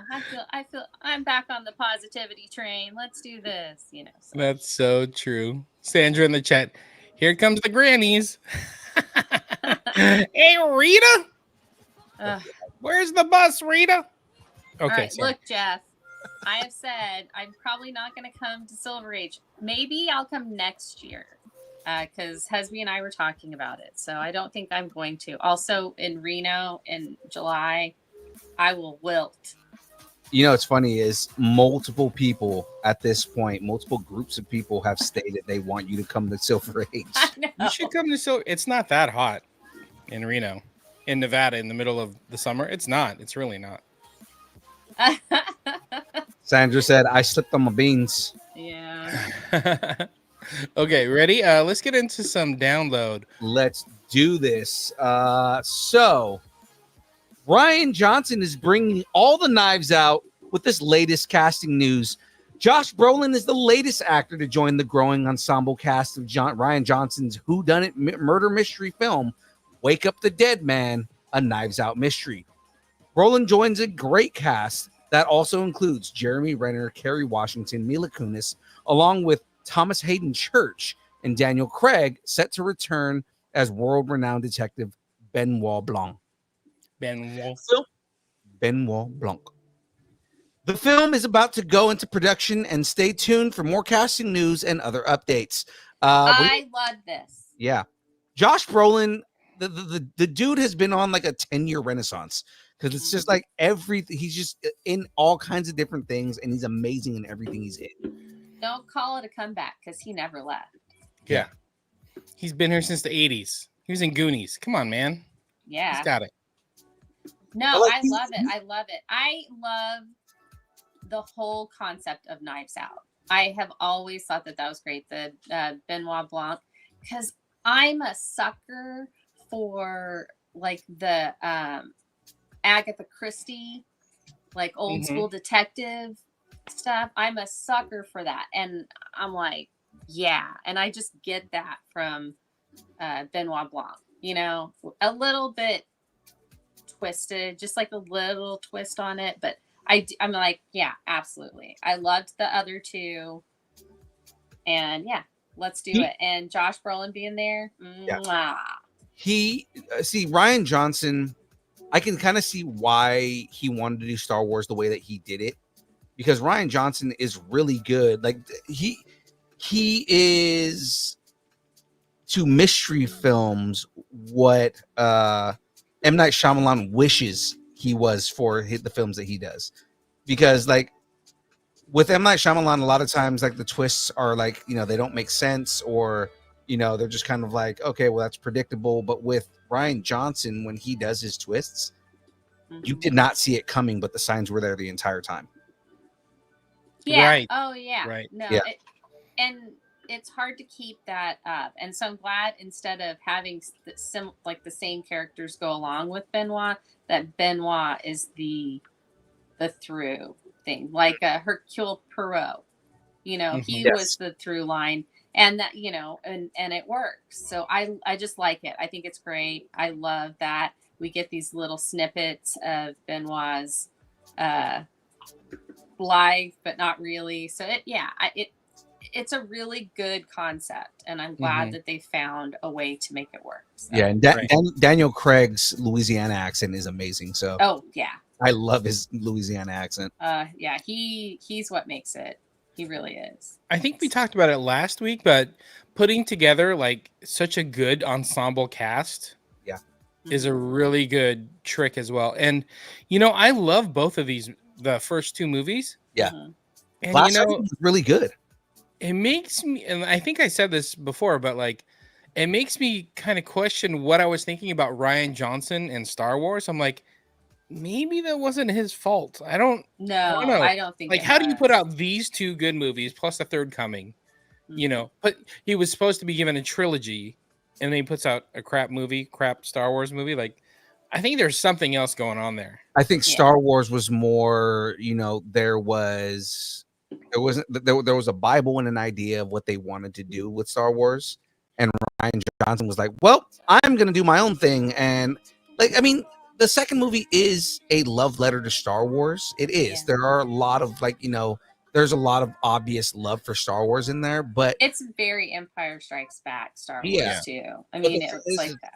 He kind of just threw a monkey wrench into all of the plans that they had, and then they had to scramble to fix it all in the third movie. So it was like, you know, that's kind of where they like everything got screwed up. So Daniel Craig was in that movie too. He was a stormtrooper. Yeah. Anyway, without jumping into Star Wars, because we're gonna nerd out on Star Wars when we're supposed to be nerding out on everything else. Yes. Oh, by the way, happy Acolyte Day. Happy Acolyte Day. We gotta say that at the end so nobody leaves. You know what I mean? All right. From Knives Out, Swords Out news. Oh my goodness. Amazon, MGM Studios, and Mattel Films are still developing a live-action Masters of the Universe movie, and it's just been announced that Nicholas Galitzine is taking on the role of Haman. His name is Haman. No, He-Man. His name's Adam. Yes, Prince Adam. Prince Adam to you. Slay Prince. He's appeared in projects such as The Idea of You, Red, White, and Royal Blue. Masters of the Universe is being directed by Travis Knight from Bumblebee and Kubo and the Two Strings fame. This is interesting. Okay. I have the opsis. Why doesn't Orko wear pants? Synopsis. See, that's a good one. That's a good one. I have the opsis. Why doesn't Orko wear pants? Synopsis. That's a Masters at Arms problem right there. That is a good one. That was a good one, James. I just Ram Man some jokes in there. In Masters of the Universe, 10-year-old Prince Adam, who crashed on Earth in a spaceship and was separated from his magical power sword, the only link to his home on Eternia. There's a bunch of other stuff they said in the synopsis, but every time I read the synopsis part, I get really depressed because I feel like they're going to screw this up. Why does he have to come to Earth? He doesn't have to come to Earth. I mean, in the origin, it makes sense because that is part of his origin story. No. You don't need to do that though. Like They don't need to do that. I would much rather it be him. Like I don't want the story of a 10-year-old Prince Adam at that. He needs to be a teenager at minimum. Well, it'll probably be that whole like you see it and then they go, oh, 10, 15 years later. I mean, I'd be okay with that. I'd be okay if it was like, you have this kind of like short story, like introduction of him as a 10-year-old, and then you go into his, him trying to be a prince with the duality of being the champion of Eternia. Like, I would much rather everything take place in Eternia. Exactly. Yeah. Didn't I say that? I think I said that. No, I think you were getting to that, and then you cut me off. The conversation got stopped before that. But like, the other thing is like when because I didn't read to the end on this, I hadn't gotten to the opsis when I read this before. Nicholas Galitzine, he would make a good Adam, but this dude's gonna have to put on a crap ton of muscle if he's gonna be He-Man. Chris And Evans. that's like, it's a lot of muscle. Like, it's not to say that you can't put on that kind of muscle, because like, look at the dude from the guy that played Are you talking about Chris Evans? Yeah, Chris Evans did that. Yeah. Not just Chris, well, Chris Evans did do that, but I'm thinking more the kid from Guardians 3. The guy who played Baby Adam Baby. Adam Warlock, right? Yeah. Like the guy that played Adam Warlock. If you saw him when he got cast, he was like the size of this kid, and then when he played Adam Warlock, the dude was massive, right? Yeah, So because he was in the Jennifer Aniston, Jason Sudeikis movie. Yeah, Jason Sudeikis. No, he was like a little skinny kid. But this Nicholas Galitzine looks a little small to be He-Man. Yeah, he looks like what I picture Prince Adam being. Maybe that's what they're going for. You know what I was thinking? I mean, they may Shazam this son of a bitch. Like they may have like a younger kid. Maybe it's him, and then he Shazams. He has the power, becomes He-Man, and he gets somebody bigger.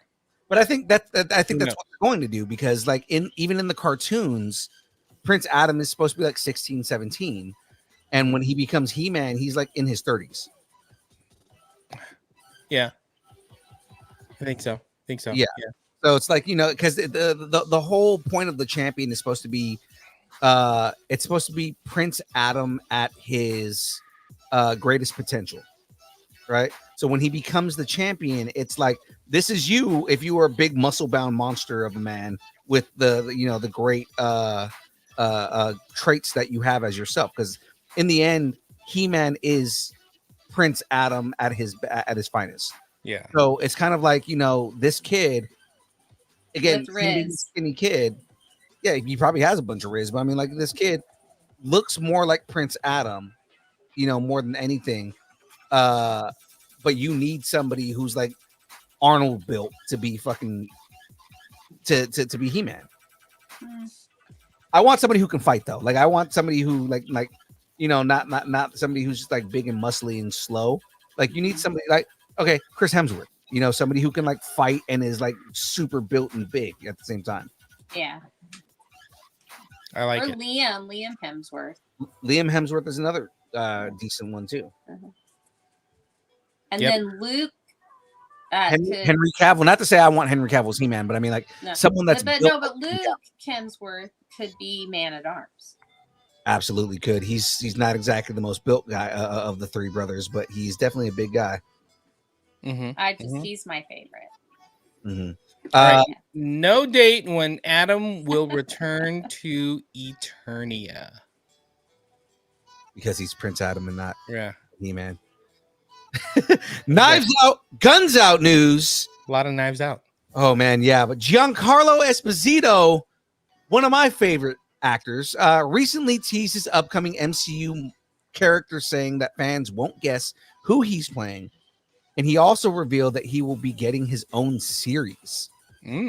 That's saying a lot for something that we know nothing about yet. The photo came from the set of Captain America Brave New World, which has recently gone through another round of reshoots. And the photo is of Esposito stand-in, but he is wearing the costume. Esposito said in the past that he is playing an original character, and judging from the new info, he is obviously some kind of mercenary who's on a mission to down Sam Wilson and his allies. Esposito is described as an antagonist agent of chaos, and the character is wearing tactical gear. Some fans are speculating that he's playing a villain from the comics named Machete. We'll get our answers when we enter the Brave New World, February 14th, 2025. Really, on Valentine's Day? Yeah. Yeah, it worked for Madam Web. They why really not? think that they're Deadpool. Hey, you know what? Sometimes I can have new movies that are awesome on my birthday month. Okay, that's all I'm saying. That's my birthday month too. But the thing is that Well, you know what? But it's my Before- birthday month too, and I want that. I want this. So before Deadpool came out, studios never put giant franchise movies in February because they didn't. I think know. it would sell. Now Deadpool proved them wrong, and now everybody's like, "Well, if we put it in February, it'll sell." Like, no, make the movie good. That's what sold Deadpool, was that it was a good movie.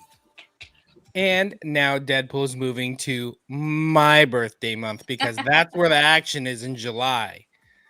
You can have your Madam Webs and hang out with your loved ones in February. If you want to play with the big boys, you got to come to Comic-Con. You got to release Deadpool in July. You know, Are you coming to Comic-Con? No, I'm not.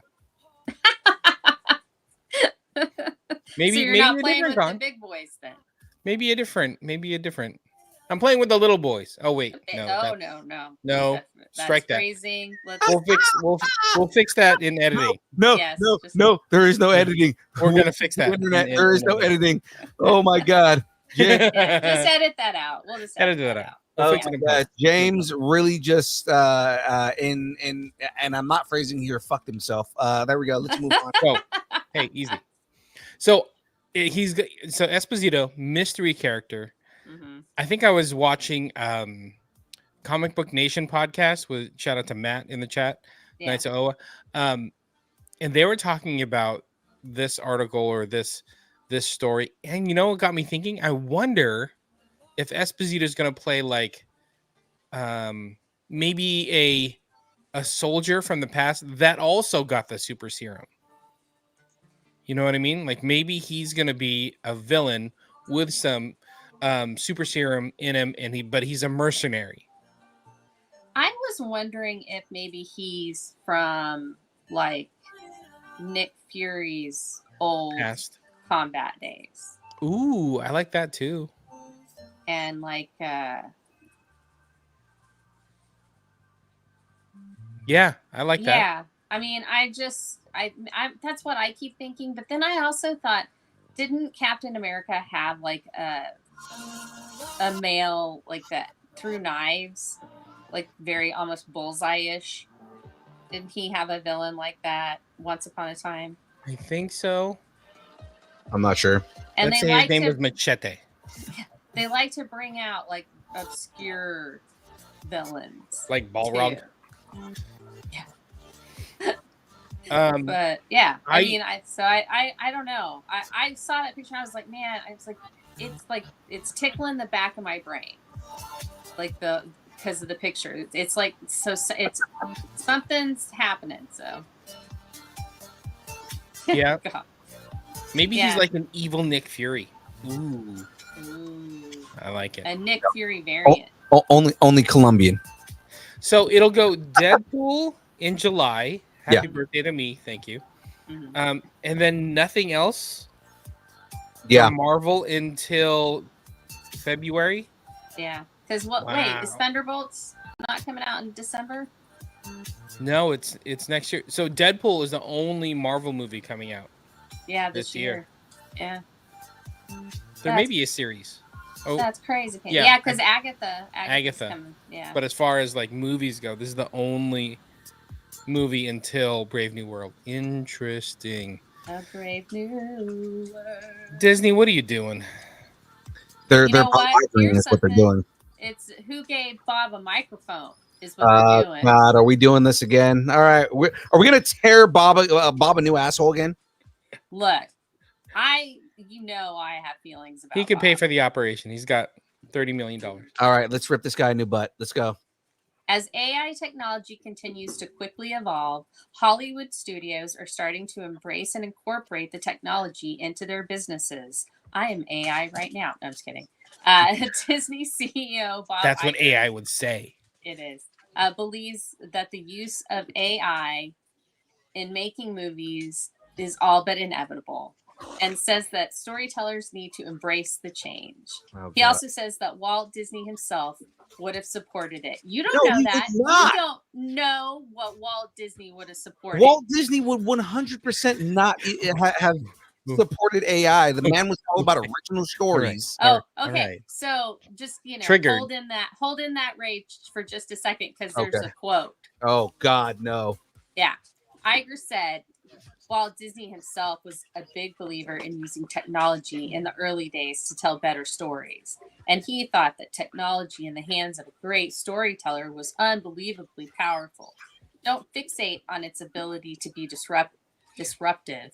Fixate on tech's ability to make us better and tell better stories. Not only better stories, but to reach more people.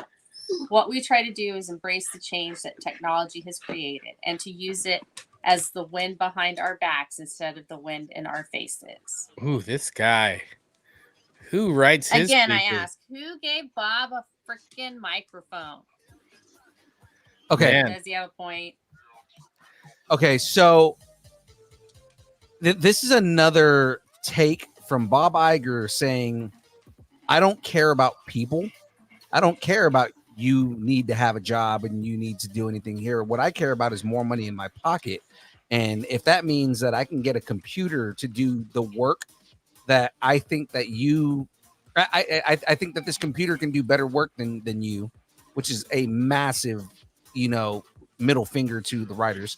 Yeah.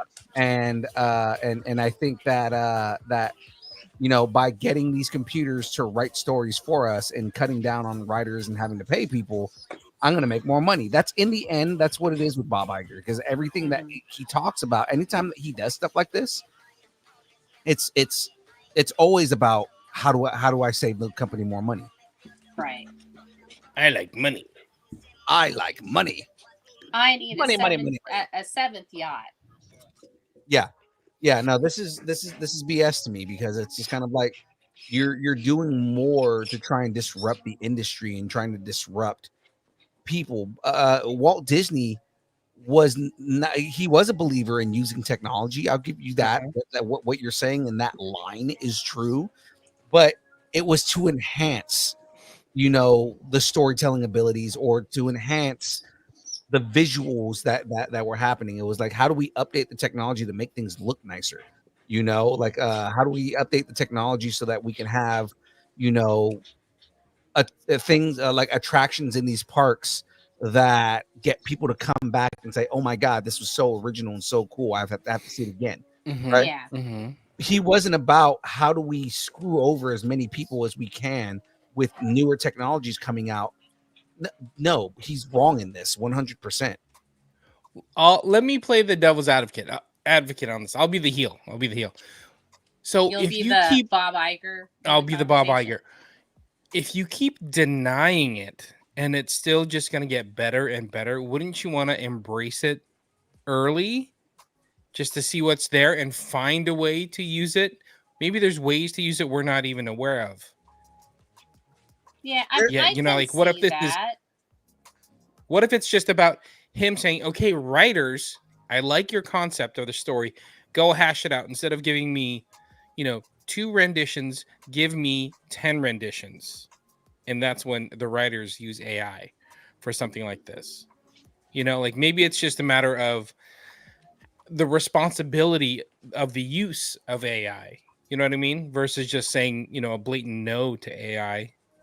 AI needs to be used more so in like a ride and having a character be more interactive. AI, Yes. Okay. There you go. but what I'm saying is AI needs to be used in things that are enhancing experience, Yeah. not taking someone's job. Because in the context that he's using it, it's writers need to embrace this technology, and people in Hollywood need to embrace this technology. No, Hollywood doesn't necessarily need to embrace the hack shit that AI puts out when it comes to that kind of stuff. Mm-hmm. The other like the entertainment industry, as far as like Disneyland and theme parks, could highly benefit from stuff like AI. Right. You I know, could see that working. I'm not saying that AI is terrible and that nobody should have it or nobody should use it. What I'm saying is be selective and don't cut people's jobs out just because you want to save some money. Mm-hmm. Like that's a perfect example. Using it for rides and making it more of a interactive or personal experience. That's what Walt that's Disney how would our overlords will learn how to be more human. Yeah, you're not wrong. But that's how if Walt Disney were alive right now, or if that technology existed when Walt Disney was alive, that's how he would use it. Or if he is alive. I mean, yeah, if he's frozen somewhere and just his head. Yeah, his head frozen in a vault somewhere. But I mean, like, if Walt Disney in the Disney vault locked away with the Song of the South. Song of the South. Walt Disney had and a VHS copy of Song of the South. Right. Like, like it's more of think of like when they did that Alice in Wonderland thing with Johnny Depp, where Johnny Depp was on camera and they put him on a poster in Disneyland and he was interacting with people in the park. Yeah. Think of like that, but it's AI. Yeah, exactly. You know what I mean? Like, so you don't have to have Johnny Depp there. Of course, Johnny Depp would have to sign off on it and say, yes, you can use my imagery and you can use my voice for this. For this and this alone. Right. But the thing is like, like that's the kind of thing that Walt Disney would use that for, where it's like these interactive things where you get to interact with your favorite characters in real time. Mm-hmm. Right. I think that's probably the dream that Walt Disney had in the first place. Like when he designed Pirates of the Caribbean, I'm sure that would have blown his mind if you could do something that was completely interactive and gave you a different experience every time you rode the ride, because AI, right? Like that's the kind of thing that he would use that for, not the things that Bob Iger is saying that they should embrace it on. Well, Bob Iger didn't say he's replacing writers. He's like, embrace it because I'm going to fire a bunch of writers. He said, but that's the intention though, with his history. Know that, but that's what I'm saying with his history and the things that he's done in the past and the way that he goes about people in the industry when it comes to like movies and everything like that. I mean, basically, Marvel did an entire and not to give them credit because it was a series that nobody liked, but they basically they got rid of an entire animation team to do the opening of Secret Invasion, and it was AI. Yeah. And that was funky. It was an experiment. All right. We tried it, see what happened. If there's any place to use it, it's Secret Invasion, right? Yeah, do it on the thing that we don't think people are going to watch anyways. So I do think he has a point. If it's used correctly, I think it'll be great. Like the whole idea of using it in the parks, brilliant. Yeah, brilliant like I said, idea. I mean, there is a point if you are doing it in a way that isn't jeopardizing people's livelihoods. Mm-hmm. Yeah. Mm-hmm. Yeah. Like when you go to Disney California Adventure and you ride the Monsters Inc. ride, at the end you see Roz, like a big animatronic Roz. Yeah. And I think it's somebody like on a microphone, but it's always like, hey, car 34, your hat looks stupid or something like that, Yeah. And it's just always that in California Adventure. Yeah, Potato is that in California Adventure over at Pixar Pier. Yeah. See, it's fun stuff like that. Yeah, I can see that. I can see it happening in the parks. Yeah. Good on you, Bob Iger. Yeah. I mean, like again, there are things like that, or like again, they're trying to get these animatronics and robots walking around in the park, like with the baby Groot walking around and BB-8 like rolling around and stuff like that. Like if you were to program AI correctly, you could use that for that kind of stuff too. From the guy that used to work for Amazon, putting Alexa in everybody's houses. Alexa, voice AIs are very different from the AIs that are coming out for this kind of stuff. I gotcha. Voice AIs are hand programmed. I bet they'll have an AI that wants me to buy the merch because we got merch, people. We got merch, people. Yeah, you missed it, James. I was wearing distance nerding merch yesterday. Yep, she was. Yesterday on a Monday? Good for you. Yeah, Yeah, we did an on interview on a Monday. Yeah, we Oh. did an interview with Kevin Zoltan. Oh, that's very nice. Good thing I was in the chat. Pirates. He likes pirates. Yeah, He does. You guys didn't say the joke I had though, because his angle of his computer and the trees like above him. I'm like, are you streaming from a treasure chest talking about pirates? You missed it. You know where he was? Where? In Hawaii. Come on, that was a perfect joke. Yeah, Put it up there. that was like, but we had talked about that 20 minutes before you made that joke. Yeah, but it was still a good joke. Okay. Yeah. The Long family has hat, people. That's still a good joke. I left my hat at the DeLong's house. In El Segundo? Left my wallet in El Segundo. Hey, so are you wanting to do more hat? Do more hat? Yeah. Do more hat? I mean, because I was thinking, you know what might be cool is since you've got the shirt with the characters, why not do a hat with like one of the characters or both of the characters? You could do two different, one James, one Unipool.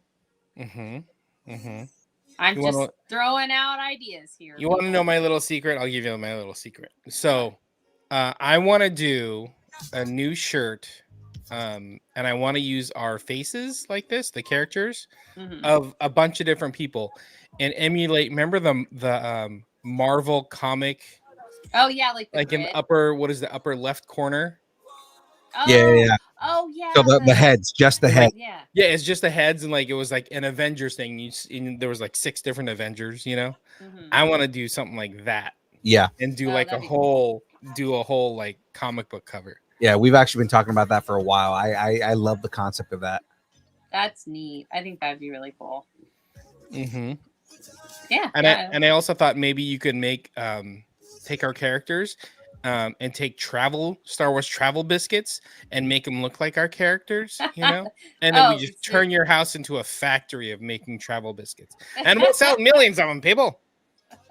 But until then, we got shirts, so you can DM us at Distance Nerding on Instagram. Tell us which shirt you're looking for, the logo shirt or the character shirt, or both. Let us know what sizes you're looking for. They're $20 each or $25 if we gotta ship it to you. Booyah, don't you know? Don't you know? I was gonna put my character shirt on, but I ran up here and forgot to put it on. But I did put a shirt on, so you're welcome. Yeah, and I mean, you know, it's one of my favorite things in the world is to see James without a shirt. So we got a schedule. Get on the nipple train. Let's get into this schedule here, because ladies and gentlemen, our schedule is this as of thus. Mondays, game streams on Twitch from 8 to 12. I am currently playing the Mad Max game, and it is a blast. Tuesdays, the download, the show you're watching right now from 6:30 to whenever we get done, but preferably around 8:30. We're actually not that far off right now. Thursdays, the build from 6 to 8, where we talk to guests and we talk all kinds of nerdy things. Right now, we are currently doing the best of the early internet bracket. It And has been a blast. it has been a crap ton of fun. We've been watching the videos, and you know, chat's been voting on which videos they like. A lot of surprises.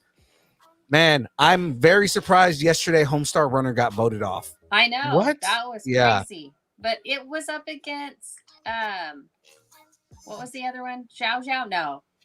Email. No, I think it did lose against Zhao Zhao. Was it Zhao Dogo Zhao? dogo. Zhao Zhao was Dogo so dogo. good. Dogo dogo dogo. I Dogo was dogo. so invested in Zhao Zhao. I'm gonna go watch Homestar Runner after this. Which one was that? That was that's when he does the house song, right? Dogo dogo. Dogo dogo. Dogo dogo. No, but what he goes, and then you add in something like he goes, Yeah. what did he say? The kitchen's on fire. The Yeah. kitchen's on fire. yeah. Something weird like that. The video is so good, man. So good. We Have ended you up seen Dora the Explorer movie? And what's that guy's name? I haven't. What's that guy's name? Michael Pena? Oh my god, that's so good. He Oh, does is like it? this whole beatbox thing. It's so funny. Oh, man. that's awesome. I'm We- gonna find it and post it. our example video was Trogdor. Trogdor. Yeah. Trogdor! Trogdor was a dragon, or he was a man. Maybe he was a dragon man. Burning Nate in the village. Burning Nating the peasants. That shit was so funny, man. It was funny. I was going with the what would I keep watching? What is some, like, you know, of those, what would I continue watching? And I thought that the Homestar Runner might get old. I don't quicker even than Zhao remember how we watched Homestar Runner back in the day. Was it on MySpace? There was no YouTube back then. No, back then it was the Homestar Runner had their own website. So a lot of It- times stuff You would just go to the website? Is that how it was? a lot of times back then stuff just went viral, right? So it was just like, oh yeah, hey, your friend would say, hey, have you seen this? And then they would show you the video, and then you would just like, you would bookmark the website and go there every day and see what new videos came out. Gotcha. That's how Newgrounds started. That's how originally Homestar Runner beat out Joe Cartoon, and Joe Cartoon was one of those where it's just you just went to Joe Cartoon and looked at what Flash games came out every day. Yeah, So it funny. did. It beat Joe Cartoon, and then Zhao Zhao beat it. Yeah. They got beat So- by Zhao Zhao, which was like one of the early internet videos, and it's martial arts with stick figures. Yeah, it wound up being let's see, which were the Homestar Runner has a They have place in my heart. They have such a variety though. Like Homestar, I played that one video, but Homestar Runner, they had like 400 or 500 videos, and they were different every time. What are you building? 89 Batmobile, Still building that? dude. It's massive. It is really big. Carpal Yeah. tunnel setting in, buddy. I thought you were better than that. You know what I mean? Come on, Oh, look how big this thing is, man. look at it. It's almost Would big you as look your at face. that. Look at it. Look at it. Hey, Look at it. Are you looking? bet- Are you looking at it? Because you need to be looking at it. I bet if you finish that by the 4th of July, that'd be something good to blow up. You know what I mean? That'd be some good. Yeah, You yeah, have a yeah. cupcake. Blow it up, especially because it's taters. So you want me to blow it up. That's what I definitely want you to blow it up. Exactly. Well, ladies and gentlemen, moving on. Frey. I know you hate this part of the show, but give us your pluggables. Y'all know, you guys know me, but I have my own channel, Frey Girl. I do stuff, and yeah, Shadoo's on it with me. And yeah, so I do that. I'm on this show. I was on the build yesterday and last Thursday, so I kind of pop up wherever. And then I'm also doing a couple of things for Kyber K Productions. We're doing a D&D type Oh. like RPG thing called New Order. The first season, we filmed it, and it is now being edited by our lovely Mezzo. And then on Saturdays, we do something called Saturday Morning Nerd Out, and I'm on that as well, so you can catch me there. Good times. The DeLongs just reminded me I'm supposed to be giving away a Lego Stitch set Today? Oh, wow. today. I was supposed to do that at 7, and we ended up just going like through everything here.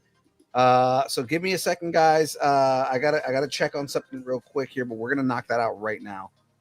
Okay. Damn it. Okay, so I actually have it partially built already, so I gotta open this up.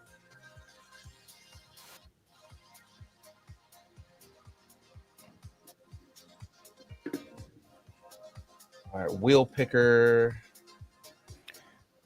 Wheel of morality. Turn. Exactly where we're going with this. Tell us the lesson that we must learn. So I turned off comments on this just because the contest was over, and I didn't want to have anybody get any last minute ones in there. Weekend. Hey, I don't want people to cheat. Fair and square. The Long family put all those entries in. They did the work. They followed the rules. But I'm just saying, if they don't win, you're not getting your hat back. I'm telling you right now.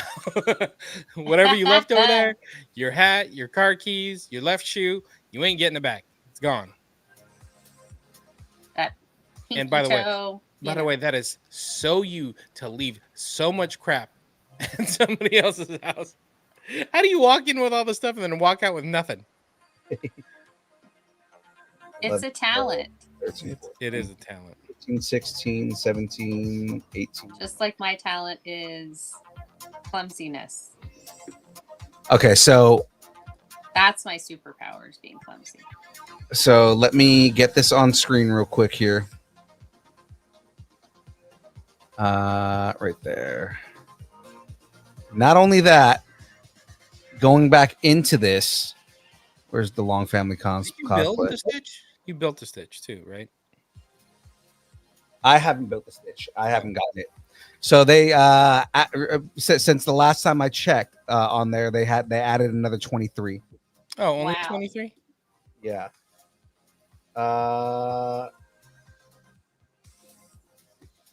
1, 2, 3, 4, 5, 6. Cam Did you added 6 get more. to eat your cookies ever? He hasn't come to my house. This guy. He's in his car every day. He could just swing by. Yeah, I don't go that way, and I work. So I mean, That's your fault. We got tacos over here. I missed a whole fucking other section of the Long Family cosplay. They You could easily say, "Hey, let's meet for tacos." I'm not going to say no to that. And then we have tacos, and I leave with cookies. All right, so this is where we are now. So we did a test run the other day. Oh, it's not on the screen. We did a test run the other day, right? And Alyssa, The Long family was about half. yeah, but I mean, Alyssa Cutie actually would have won on the test run. And that was just the point that I was trying to prove, was that anybody can win. It's not just because the Long Family cosplay has over half of the board. Plus, Ragdoll Rockstar is also the Long Family cosplay, and JD Welded is also the Long Family cosplay. They're the empire of. Yeah. They want this wheel. Stitch. They really want this Stitch. But just to throw it out there, guys, just so you know, look at that. 150 from freaking the Long Family cosplay on that account alone. Ragdoll Rockstar had 33. Next highest is Erica ESSS with 22. And she's a friend of theirs that really wants it. Oh, very nice. Very nice. So, with that being said, let's go ahead and hide this. We're going to run this, guys. See who wins this. Next time, let's up the ante. Like, you got to follow us on, say, YouTube. Oh! No shit! Wow. Erica ESS, who is one of Sandra's friends that really wanted this. right? That's She funny. she has a comment in there that says, "I really want to win this." She just won. She won it. Yay! Hooray! Dreams Congrats! do come true. Congrats! Oh You my can God. also have Young Phil's hat. Oh wait, no, And was that his snacks. too much?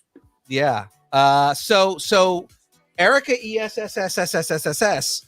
I'm gonna message her in a moment, but she won the Stitch Why don't you just have Yay. Sandra message? Congrats to Erica. because that's just an asshole move to with the amount of posts that she did. Yeah, just yeah. We're still not done. I've got 2 more I'm giving away. So hold on. What are you giving away? We were almost out of here, like almost on time. I know. So the next thing I'm giving away. Don't do it right now. Tease it. No. I promised I was giving 1 all week. 3 1 tonight. week. I 1 week. promised I was giving these all out tonight. So Follow on YouTube. You got to follow on YouTube. Do that.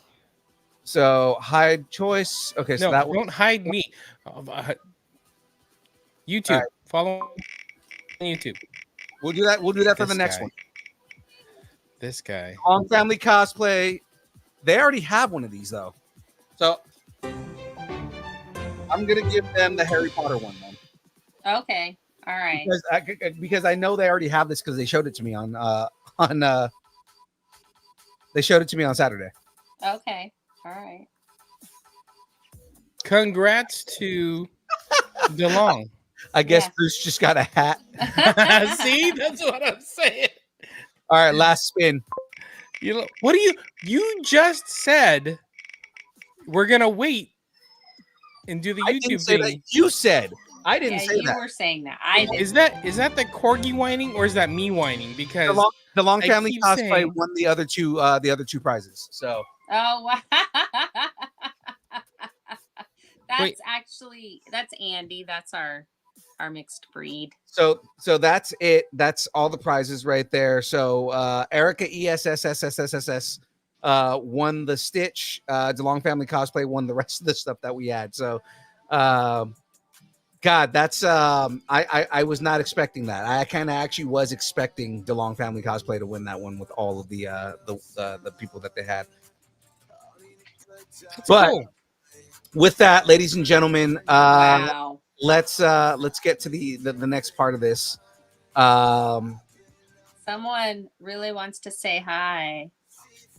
Creepy baby. Hello. My Hello. sweetheart. So now I'm just waiting on James because he's just like, I want to end this, but he's not Well, saying I his line. figured you were gonna give something else away. I already gave everything away. I keep told you I trying to had end three. it, and you keep giving more stuff away. Have something you want to discuss? Tell us what you're nerding out in and what you want us to give away next. And make sure to let us know in the Facebook group, the Distance Nerding 10 post. Of course, ladies and gentlemen, if you want to support us and make it so that it's easier for us to get more and more of these prizes to give away, all you got to do is head over to distancenerding.com, go up to that buy us a taco button and buy us a taco. That's right, ladies and gentlemen. You can become a part of the taco party, join the taco party, and buy us some tacos. That helps us do more shows. We want creepy baby to go to sleep. It helps us do more shows and get better prizes. Now, the next prize we're giving away, I'm gonna set it up probably tonight or tomorrow. The next prize we're giving away is the X-Men 97 X-Jet. Wait, what? Yeah, The Blackbird. the Blackbird. So X-Men 97 and Lego put out a Lego Blackbird. And I'm going to be giving that away next. Wait. Is this one of the little sets, like the minifig sets? Like the mini... $80. Come on, dude. You Oh my don't god. you don't need to be doing this. Talk him off the ledge, somebody. I mean, I'm not afraid to buy your affection, guys. Wonder Woman, throw the lasso of sanity around him because he's making no sense. I mean, Stitch is $60, so So rude. So rude. Okay. Well, that's awesome. And you better find a way to connect with us on Instagram, Facebook, Twitter, Twitch, not X. Okay, X, maybe X. Twitch, TikTok, Threads, YouTube, Discord, MySpace. Yeah, YouTube. Follow us on YouTube. Vine, GeoCities. Friendster, Second Life, AIM, Farmers Only, Christian Mingle, OnlyFans, all at distance nerding. And of course, if you would like us to break up with your boyfriend, girlfriend, significant others, pet, schoolyard bully, annoying neighbor, or just tell us how much you enjoy us, hate us, or would just want us to just be consumed by the internet completely and spat out at the feet of James, who's going to complain about everything in the world. I'm going to have an AI just for my complaints. All right. Oh my gosh, you know what? That would be great to have like a venting AI where you can just vent all your stuff and the AI just gives you positive like things to say. That would be the best thing for AI. Let's make that happen. Send us an email. Email. James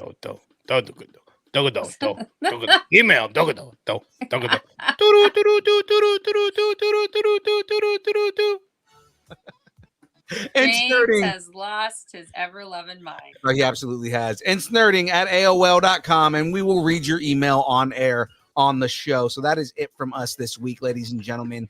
We've had a good time. We hope you had a good time. Thanks for keeping nerding together. I said it on time. Yes. When I'm supposed to. Yeah. That's my cue. Yeah, Oh, you said that on time, but you weren't on the show on time. So neither was I. But I mean, I was way less late than you were. Yeah. Frey was here. Thanks, Frey. Thanks for doing it. Frey was actually on time. So, all right, ladies and gentlemen, let's get this. Wait, hold on. Wait, don't get it going yet. Are you doing an Acolyte show? Because there's 2 episodes right now. I know. Are you going to do like an after Acolyte recap? We didn't have a plan for one right now. That's why I'm throwing it now. Because not a bad idea. Oh, the guy who's not going to be on the show. Yeah. Hey, man. I'm here to be entertained. I want to be entertained. I don't know. We'll talk about it amongst the team, see if everybody's up for it. Yeah, because I mean, if everybody's up for it, I don't have a problem doing it. But there you go. I definitely think we should do Agatha all along. Absolutely. Yeah. See. Boys is coming back. House of Dragons is coming back. Maybe we need like a recap show. The recap. Look at me go. The recap of the recap while we're recapping the recap. Thanks, and keep nerding together. All right, let's get recap the reboot. Going.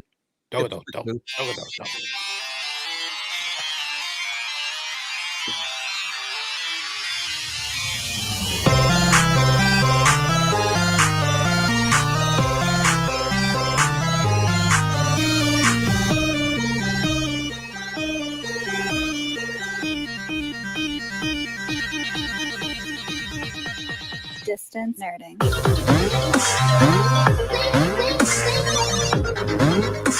What's that? It's a 5-year anniversary of the Toys That Made Us challenge coin that I got from Brian Volkweiss.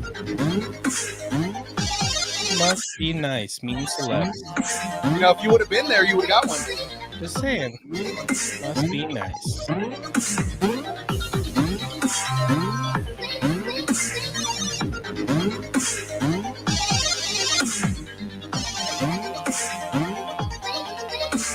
Ooh, we should paint some minifigs. Ooh, we should do minifigs next. Yeah. There's got to be a Deadpool Lego guy out there, right? I have a Deadpool one. There you go.